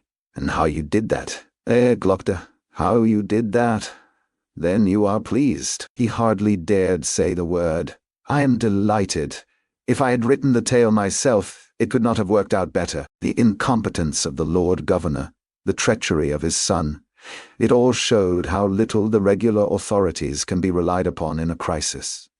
Ida's treason exposed the duplicity of the merchants, their dubious connections, their rotten morality. The Spicers have been dissolved alongside the Mercers. Their trade rights are in our hands. The pair of them, consigned to the latrine of history, and the power of the merchants broken. Only His Majesty's Inquisition remained staunch in the face of the Union's most implacable enemy. You should have seen Moravia's face when I presented the confessions to the Open Council. Salt filled Glokta's glass all the way to the top. Most kind, Your Eminence, he muttered as he took a sip from it. Excellent wine, as always. And then he got up in the closed council, before the king himself, mark you, and declared to everyone that you wouldn't last a week once the Gurkish attacked. The Archlector spluttered with laughter. I wish you could have been there. I'm confident he'll do better than that, I said. Confident he'll do better. A ringing endorsement indeed. Salt slapped the table with his white-gloved palm. 2 months, Glokta, 2 months! With every day that passed, he looked more of a fool, and I looked more of a hero. We, that is, he corrected himself. We looked like heroes, and all I had to do was smile. You could almost see them, each day, shuffling their chairs away from Moravia and down towards me. Last week they voted extra powers to the Inquisition.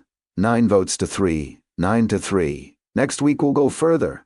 How the hell did you manage it? And he gazed at Glokta expectantly. I sold myself to the bank that funded the Mercers, then used the proceeds to bribe the world's least reliable mercenary. Then I murdered a defenseless emissary under flag of parley and tortured a serving girl until her body was mincemeat. Oh, and I let the biggest traitor of the lot go free.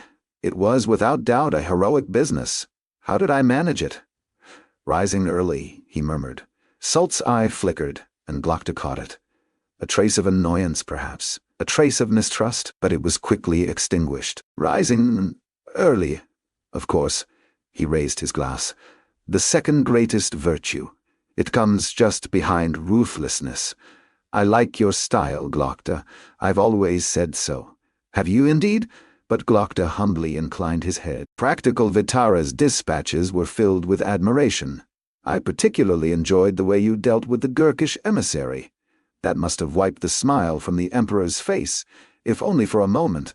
The arrogant swine. So she kept her end of the bargain, then. Interesting. Yes, things proceed smoothly. Except for the damn peasants making a nuisance of themselves, and Angland, of course. Shame about Ladisla." "About Ladisla?" asked Glokta, baffled. Salt looked sour. "You didn't hear. Another of High Justice Moravia's brilliant notions. He had it in mind to lift the Crown Prince's popularity by giving him a command in the north. Something out of the way, where he'd be in no danger, and we could heap him with glory. It wasn't a bad scheme, really.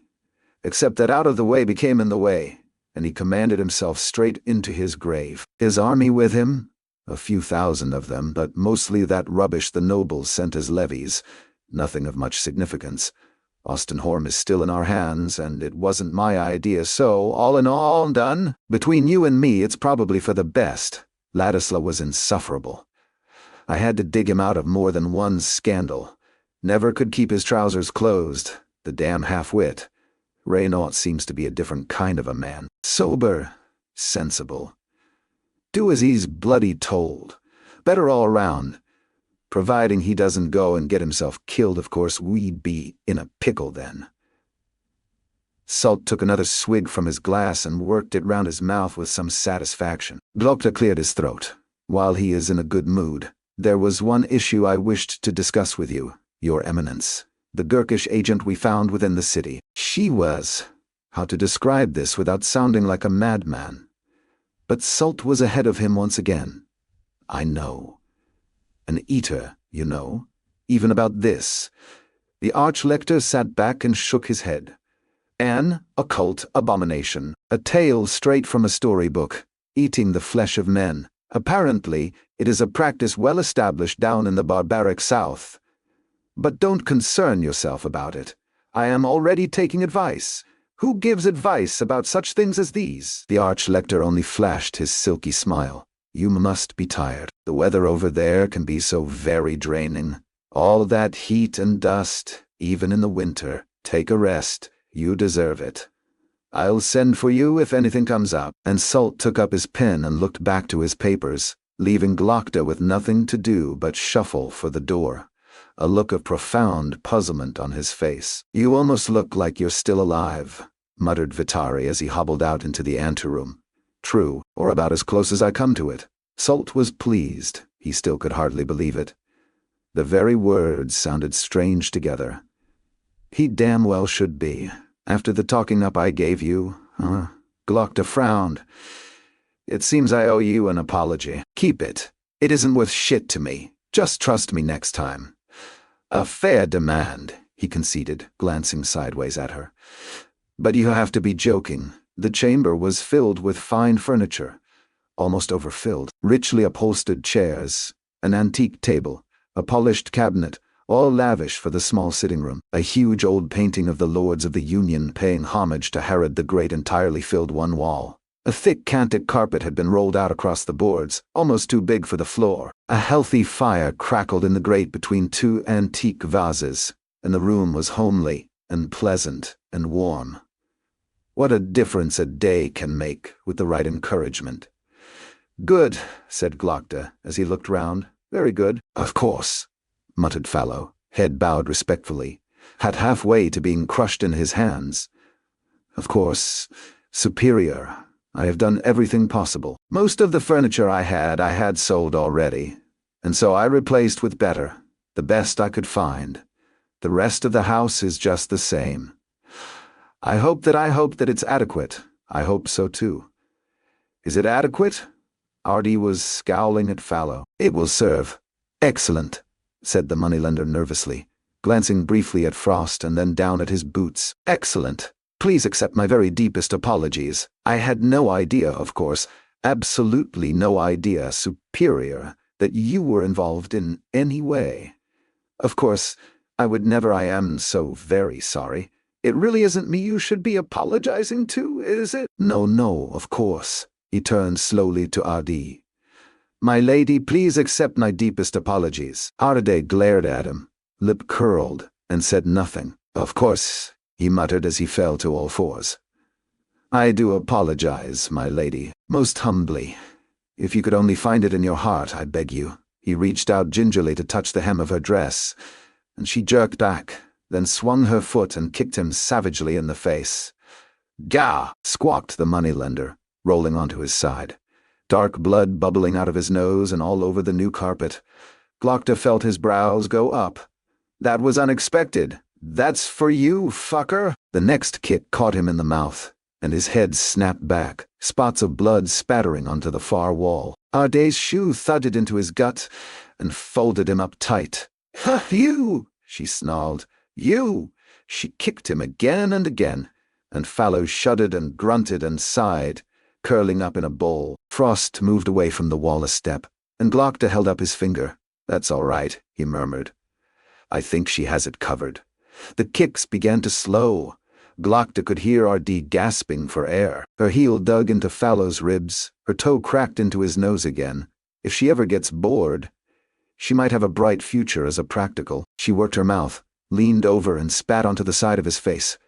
She kicked him again, weakly, then stumbled back against the cabinet and leaned on the polished wood, bent over and breathing hard. Happy? Asked Glokta. She stared up at him through her tangled hair. Not really. Will kicking him some more make you happier?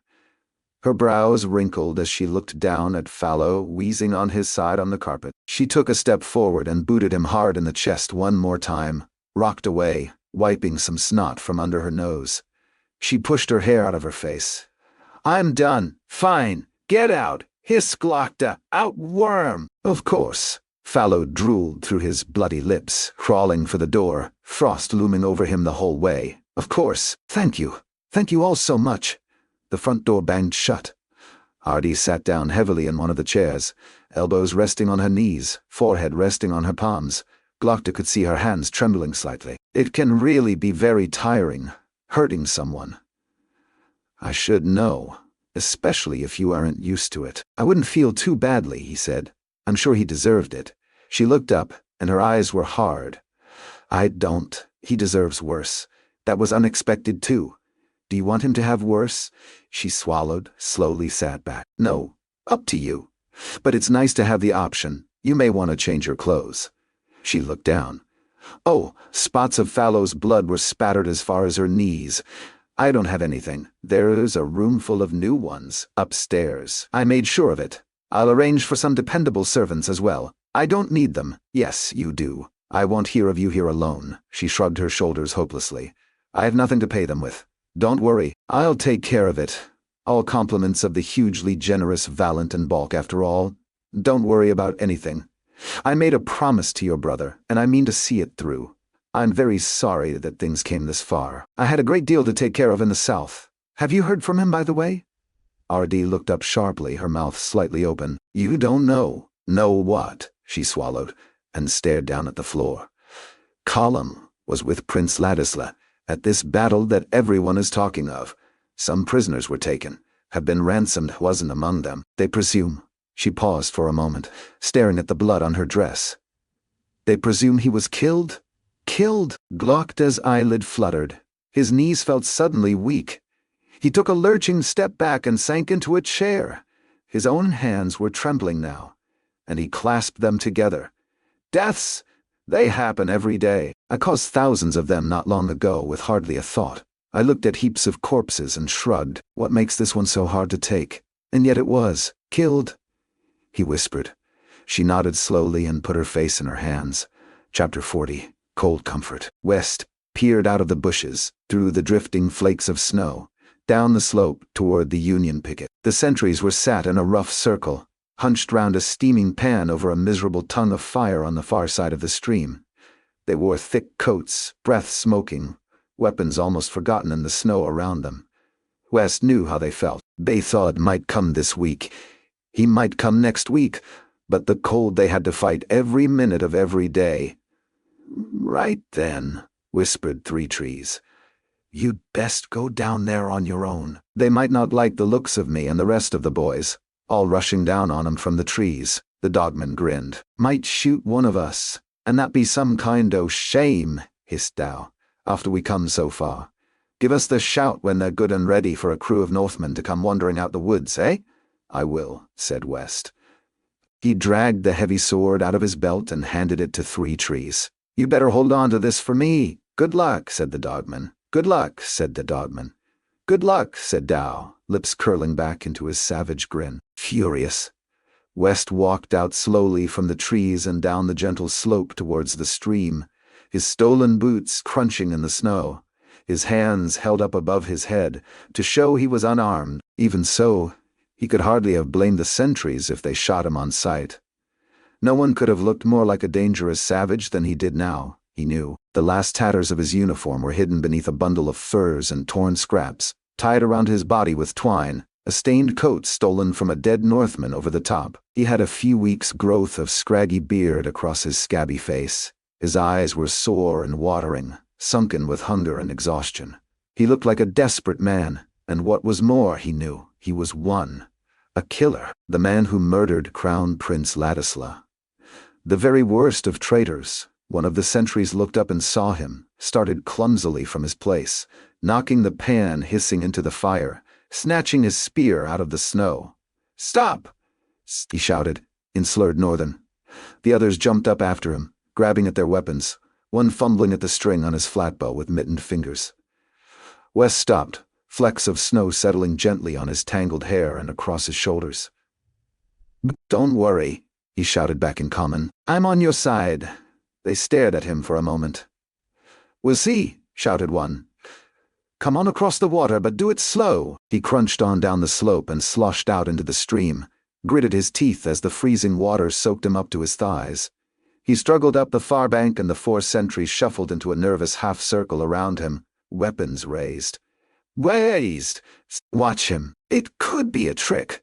"It's no trick," said West slowly, keeping his eyes on the various hovering blades and trying to stay calm. It was vitally important to stay calm. "I'm one of you. Where the hell have you come from?" Where the hell have you come from?" "I was with Prince Ladisla's division." "With Ladisla? You walked up here?" West nodded. "I walked." The bodies of the sentries started to relax. The spear points started to waver and drift upwards. They were on the point of believing him. After all, he spoke the common tongue like a native, and certainly looked as if he had slogged 100 leagues across country. "What's your name, then?" asked the one with the flatbow. "Colonel West," he muttered, voice cracking. He felt like a liar even though it was true. He was a different man from the one who set out for Angland. The sentries exchanged worried glances. "I thought he was dead," mumbled the one with the spear. "Not quite, lad," said West. Lord Marshal Burr was poring over a table covered in crumpled maps as West pushed through the flap into his tent. It seemed in the lamplight that the pressures of command had taken their toll on him. He looked older, paler, weaker, his hair and beard wild and straggling. He had lost weight, and his creased uniform hung loose, but he started up with all his old vigor. "Colonel West, as I live and breathe, I never thought to see you again." He seized West's hand and squeezed it hard. "I'm glad you made it. Damn glad. I've missed your cool head around here. I don't mind telling you." He stared searchingly into West's eyes. "You look tired, though, my friend." There was no denying it. West had never been the prettiest fellow in the Agrient, that he knew, but he had always prided himself on having an honest, friendly, pleasant look. He had scarcely recognized the face in the mirror once he had taken his first bath in weeks, dragged on a borrowed uniform, and finally shaved. Everything was changed, sharpened, leached of color. The prominent cheekbones had grown craggy. The thinning hair and brows were full of iron gray. The jaw was lean and wolf-like. Angry lines were cut deep into the skin down the pale cheeks, across the narrow bridge of the sharp nose, out from the corners of the eyes. The eyes were worst of all, narrow, hungry, icy gray, as though the bitter cold had eaten into his skull and still lurked there, even in the warmth. He had tried to think of old times, to smile and laugh, and use the expressions he had used to use, but it all looked foolish on that stone wall of a face.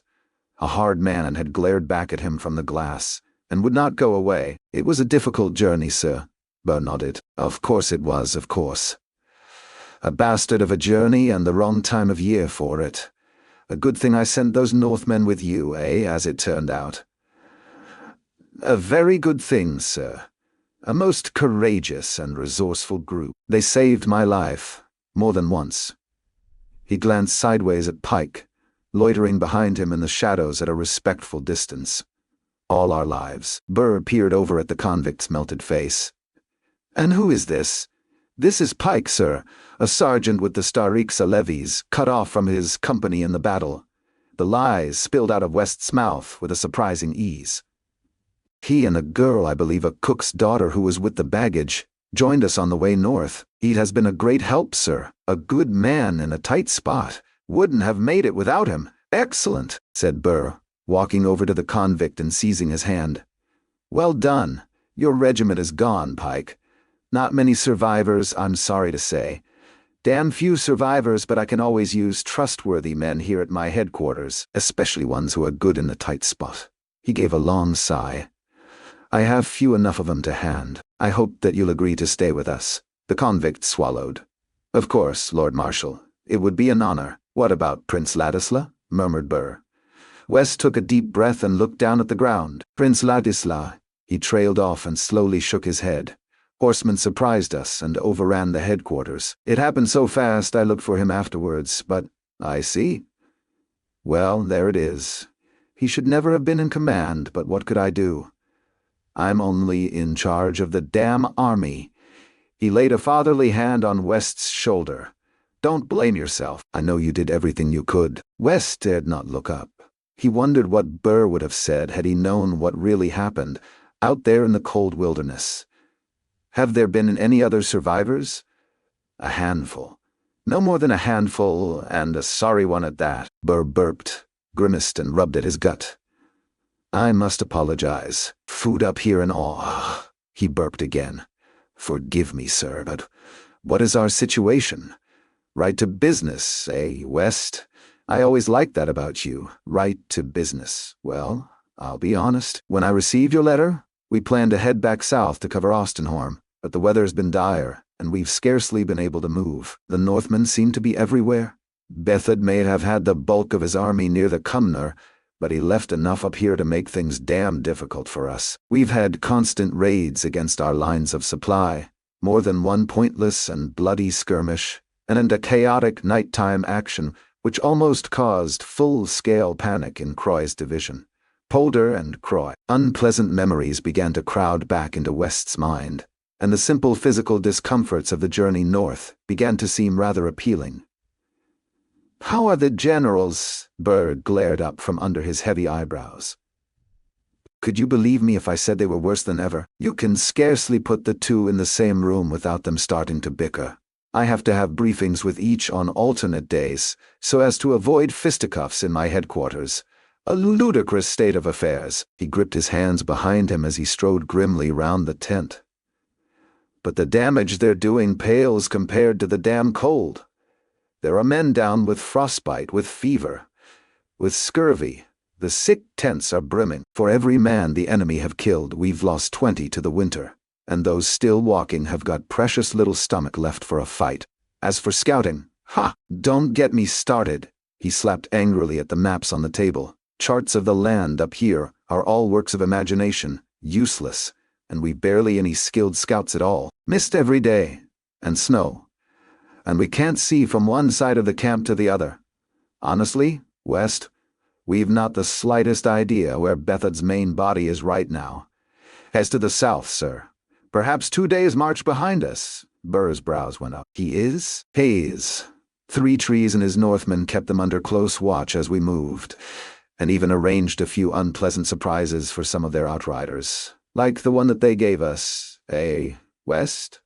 Rope across the road and all that? He chuckled to himself. 2 days' march behind, you say? This is useful information. This is damn useful. Burr winced and put one hand on his gut as he moved back to his table, picking up a ruler and starting to measure out distances. 2 days' march. That would put him somewhere here. You're sure? I'm sure, Lord Marshal. If he's heading for Dunbrek, he'll pass near General Polder's position. It might be that we can bring him to battle before he gets round us, perhaps even give him a surprise he won't forget. Well done, West. Well done, West. Well done. He tossed his ruler down. Now you should get some rest. I'd rather get straight back into it, sir. I know. And I could use you, but take a day or two in any case. The world won't end. You've come through quite an ordeal. West swallowed. He did feel terribly tired all of a sudden. Of course. I should write a letter to my sister. It was strange saying it. He had not thought about her for weeks. I should let her know that I'm alive. Good idea. I'll send for you, Colonel, when I need you.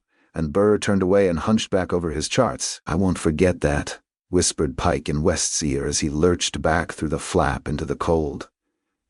It's nothing. They won't miss either one of you at that camp.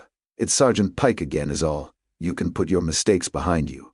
I won't forget it. I'm your man now, Colonel, whatever happens. Your man. West nodded as he made off, frowning, through the snow. War killed a lot of men, it seemed, but it gave a few a second chance. West paused on the threshold. He could hear voices inside, chuckling, old familiar voices. They should have made him feel safe, warm, welcomed, but they did not. They worried him. Scared him, even. They surely would know. They would point and scream, "Murderer! Traitor! Villain!" He turned back towards the cold. Snow was settling gently over the camp. The closest tents were black on the white ground, the ones behind gray. Further back there were soft ghosts, then only dim suggestions through the flurry of tiny flakes. No one moved. All was quiet. He took a deep breath and pushed through the flap. The 3 officers were sat around a flimsy folding table inside, pushed close up to a glowing stove. Jezal's beard had grown to shovel-like proportions. Caspar had a red scarf wrapped around his head. Brint was swaddled in a dark greatcoat, dealing cards out to the other 2. Close that flap, damn it, it's freezing out. Jezal's jaw dropped. No, it can't be. Colonel West. Brint leaped up as though he had been bitten on the arse. Shit! I told you, shouted Caspar, flinging down his cards and grinning madly. I told you he'd be back. They surrounded him, clapping his back, squeezing his hands, pulling him into the tent. No manacles, no drawn swords, no accusations of treason. Jezal conducted him to the best chair, meaning the one furthest from imminent collapse, while Caspar breathed into a glass and wiped it clean with his finger, and Brint pulled the cork from the bottle with a gentle thwop. When did you get here? How did you get here? Were you with Ladisla? Were you at the battle? Hold on, said Jezal.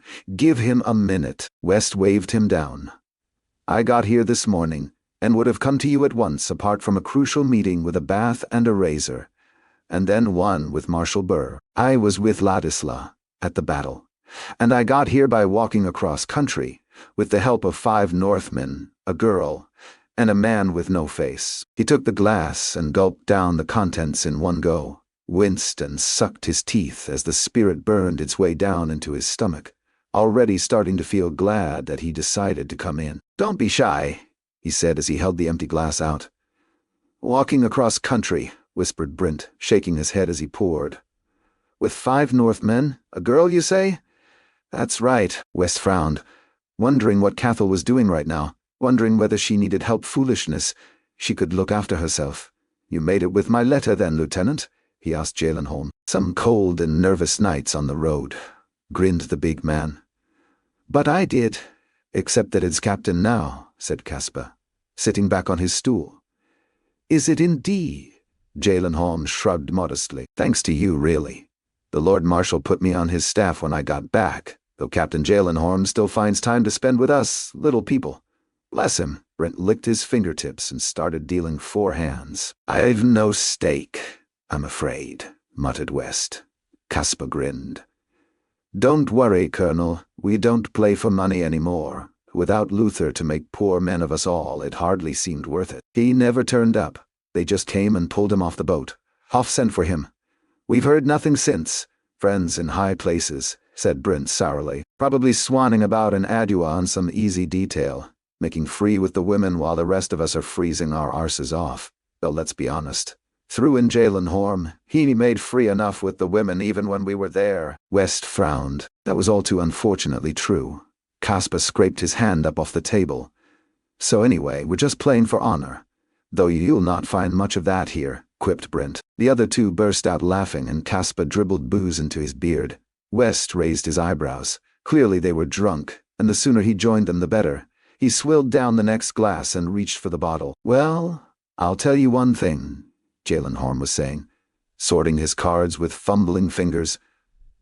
"I'm glad as all hell that I won't have to tell your sister anything for you. I've scarcely slept in weeks for thinking through how I'd go about it, and I still haven't got a thought in my head." "You've never yet had a thought in your head," said Brent, and the other two chortled away again. Even West managed a smile this time, but it didn't last long. "How was the battle?" asked Jalenhorm. West stared at his glass for a long moment. "It was bad. The Northmen set a trap for Ladisla, and he fell right into it, squandered his cavalry. Then a mist came up, all of a sudden, and you couldn't see the hand before your face.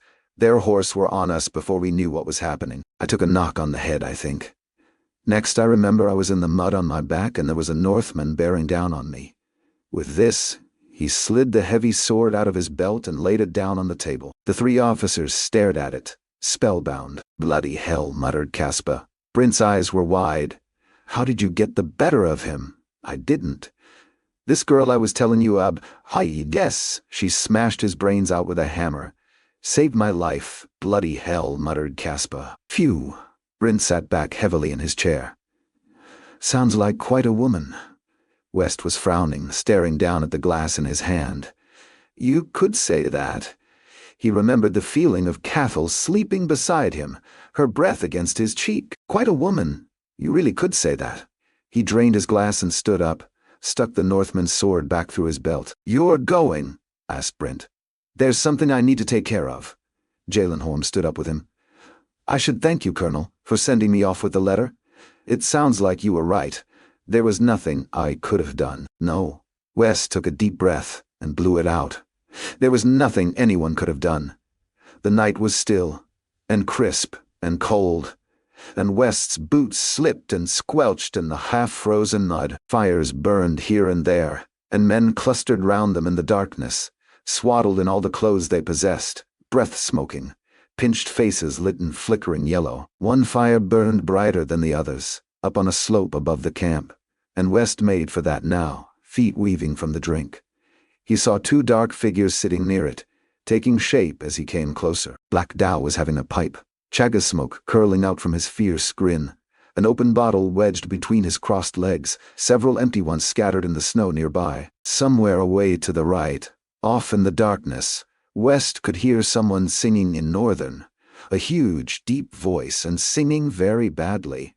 He cut him to the boons. "No." "To the boons.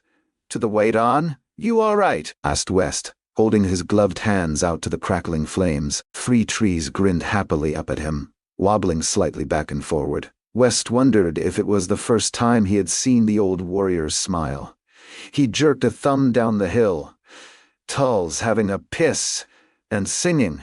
I'm drunk as fucking shit." He fell slowly backwards and crunched down into the snow, arms and legs spread out wide. "And I've been smoking. I'm soaked. I'm wet as the fucking crinner. Where are we, Dow?" Dow squinted across the fire, mouth wide open like he was looking at something far away. "Middle o' fucking nowhere," he said, waving the pipe around. He started cackling, grabbed hold of 3 Tree's boot and shook it. "Where else would we be? You want this, furious?" He thrust the pipe up at West. "All right?" He sucked on the stem, felt the smoke biting in his lungs. He coughed brown steam out into the frosty air and sucked again. "Give me that," said Three Trees, sitting up and snatching the pipe off him. Tool's great rumbling voice came floating up out of the darkness, horribly out of tune. He swung his axe like what is it? He swung his axe like shit. "No, hold on. Do you know where Cathal is?" asked West. Dow leered up at him. "Oh, she is around." He waved his hand toward a cluster of tents higher up the slope. "Up that way, I reckon." "Around," echoed Three Trees, chuckling softly. "Around. He was the bloody nain," came gurgling from the trees. West followed footprints off up the slope towards the tents. The smoke was already having an effect on him. His head felt light, his feet moved easily. His nose didn't feel cold anymore, just pleasantly tingling. He heard a woman's voice, laughing softly. He grinned, took a few more crunching steps through the snow towards the tents. Warm light spilled out from one, through a narrow gap in the cloth. The laughter grew louder. West frowned. That didn't sound like laughter. He came closer, doing his best to be quiet. Another sound wandered into his fuzzy mind, an intermittent growling, like some kind of animal. He edged closer still, bending down to peer through the gap, hardly daring even to breathe. He saw a woman's bare back, squirming up and down, a thin back. He could see the sinews bunching as she moved, the knobbles of her backbone shifting under her skin. Closer still, and he could see her hair, shaggy brown and messy, Cathal. A pair of sinewy legs stuck out from under her towards West, one foot almost close enough for him to touch, its thick toes wriggling. There was a low growl, and the lovers, if you could call them that, rolled smoothly over so she was underneath. West's mouth dropped open. He could see the side of the man's head, and he stared at it. There was no mistaking the sharp, stubbly jawline.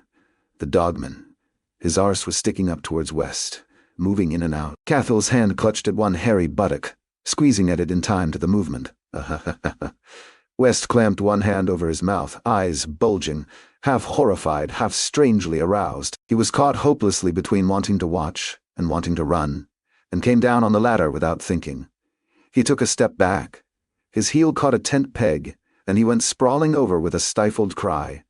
"What the fuck?" he heard from inside the tent. He scrambled up and turned away, started to flounder through the snow in the darkness as he heard the flap thrown back. "Which of you is it, you bastards?"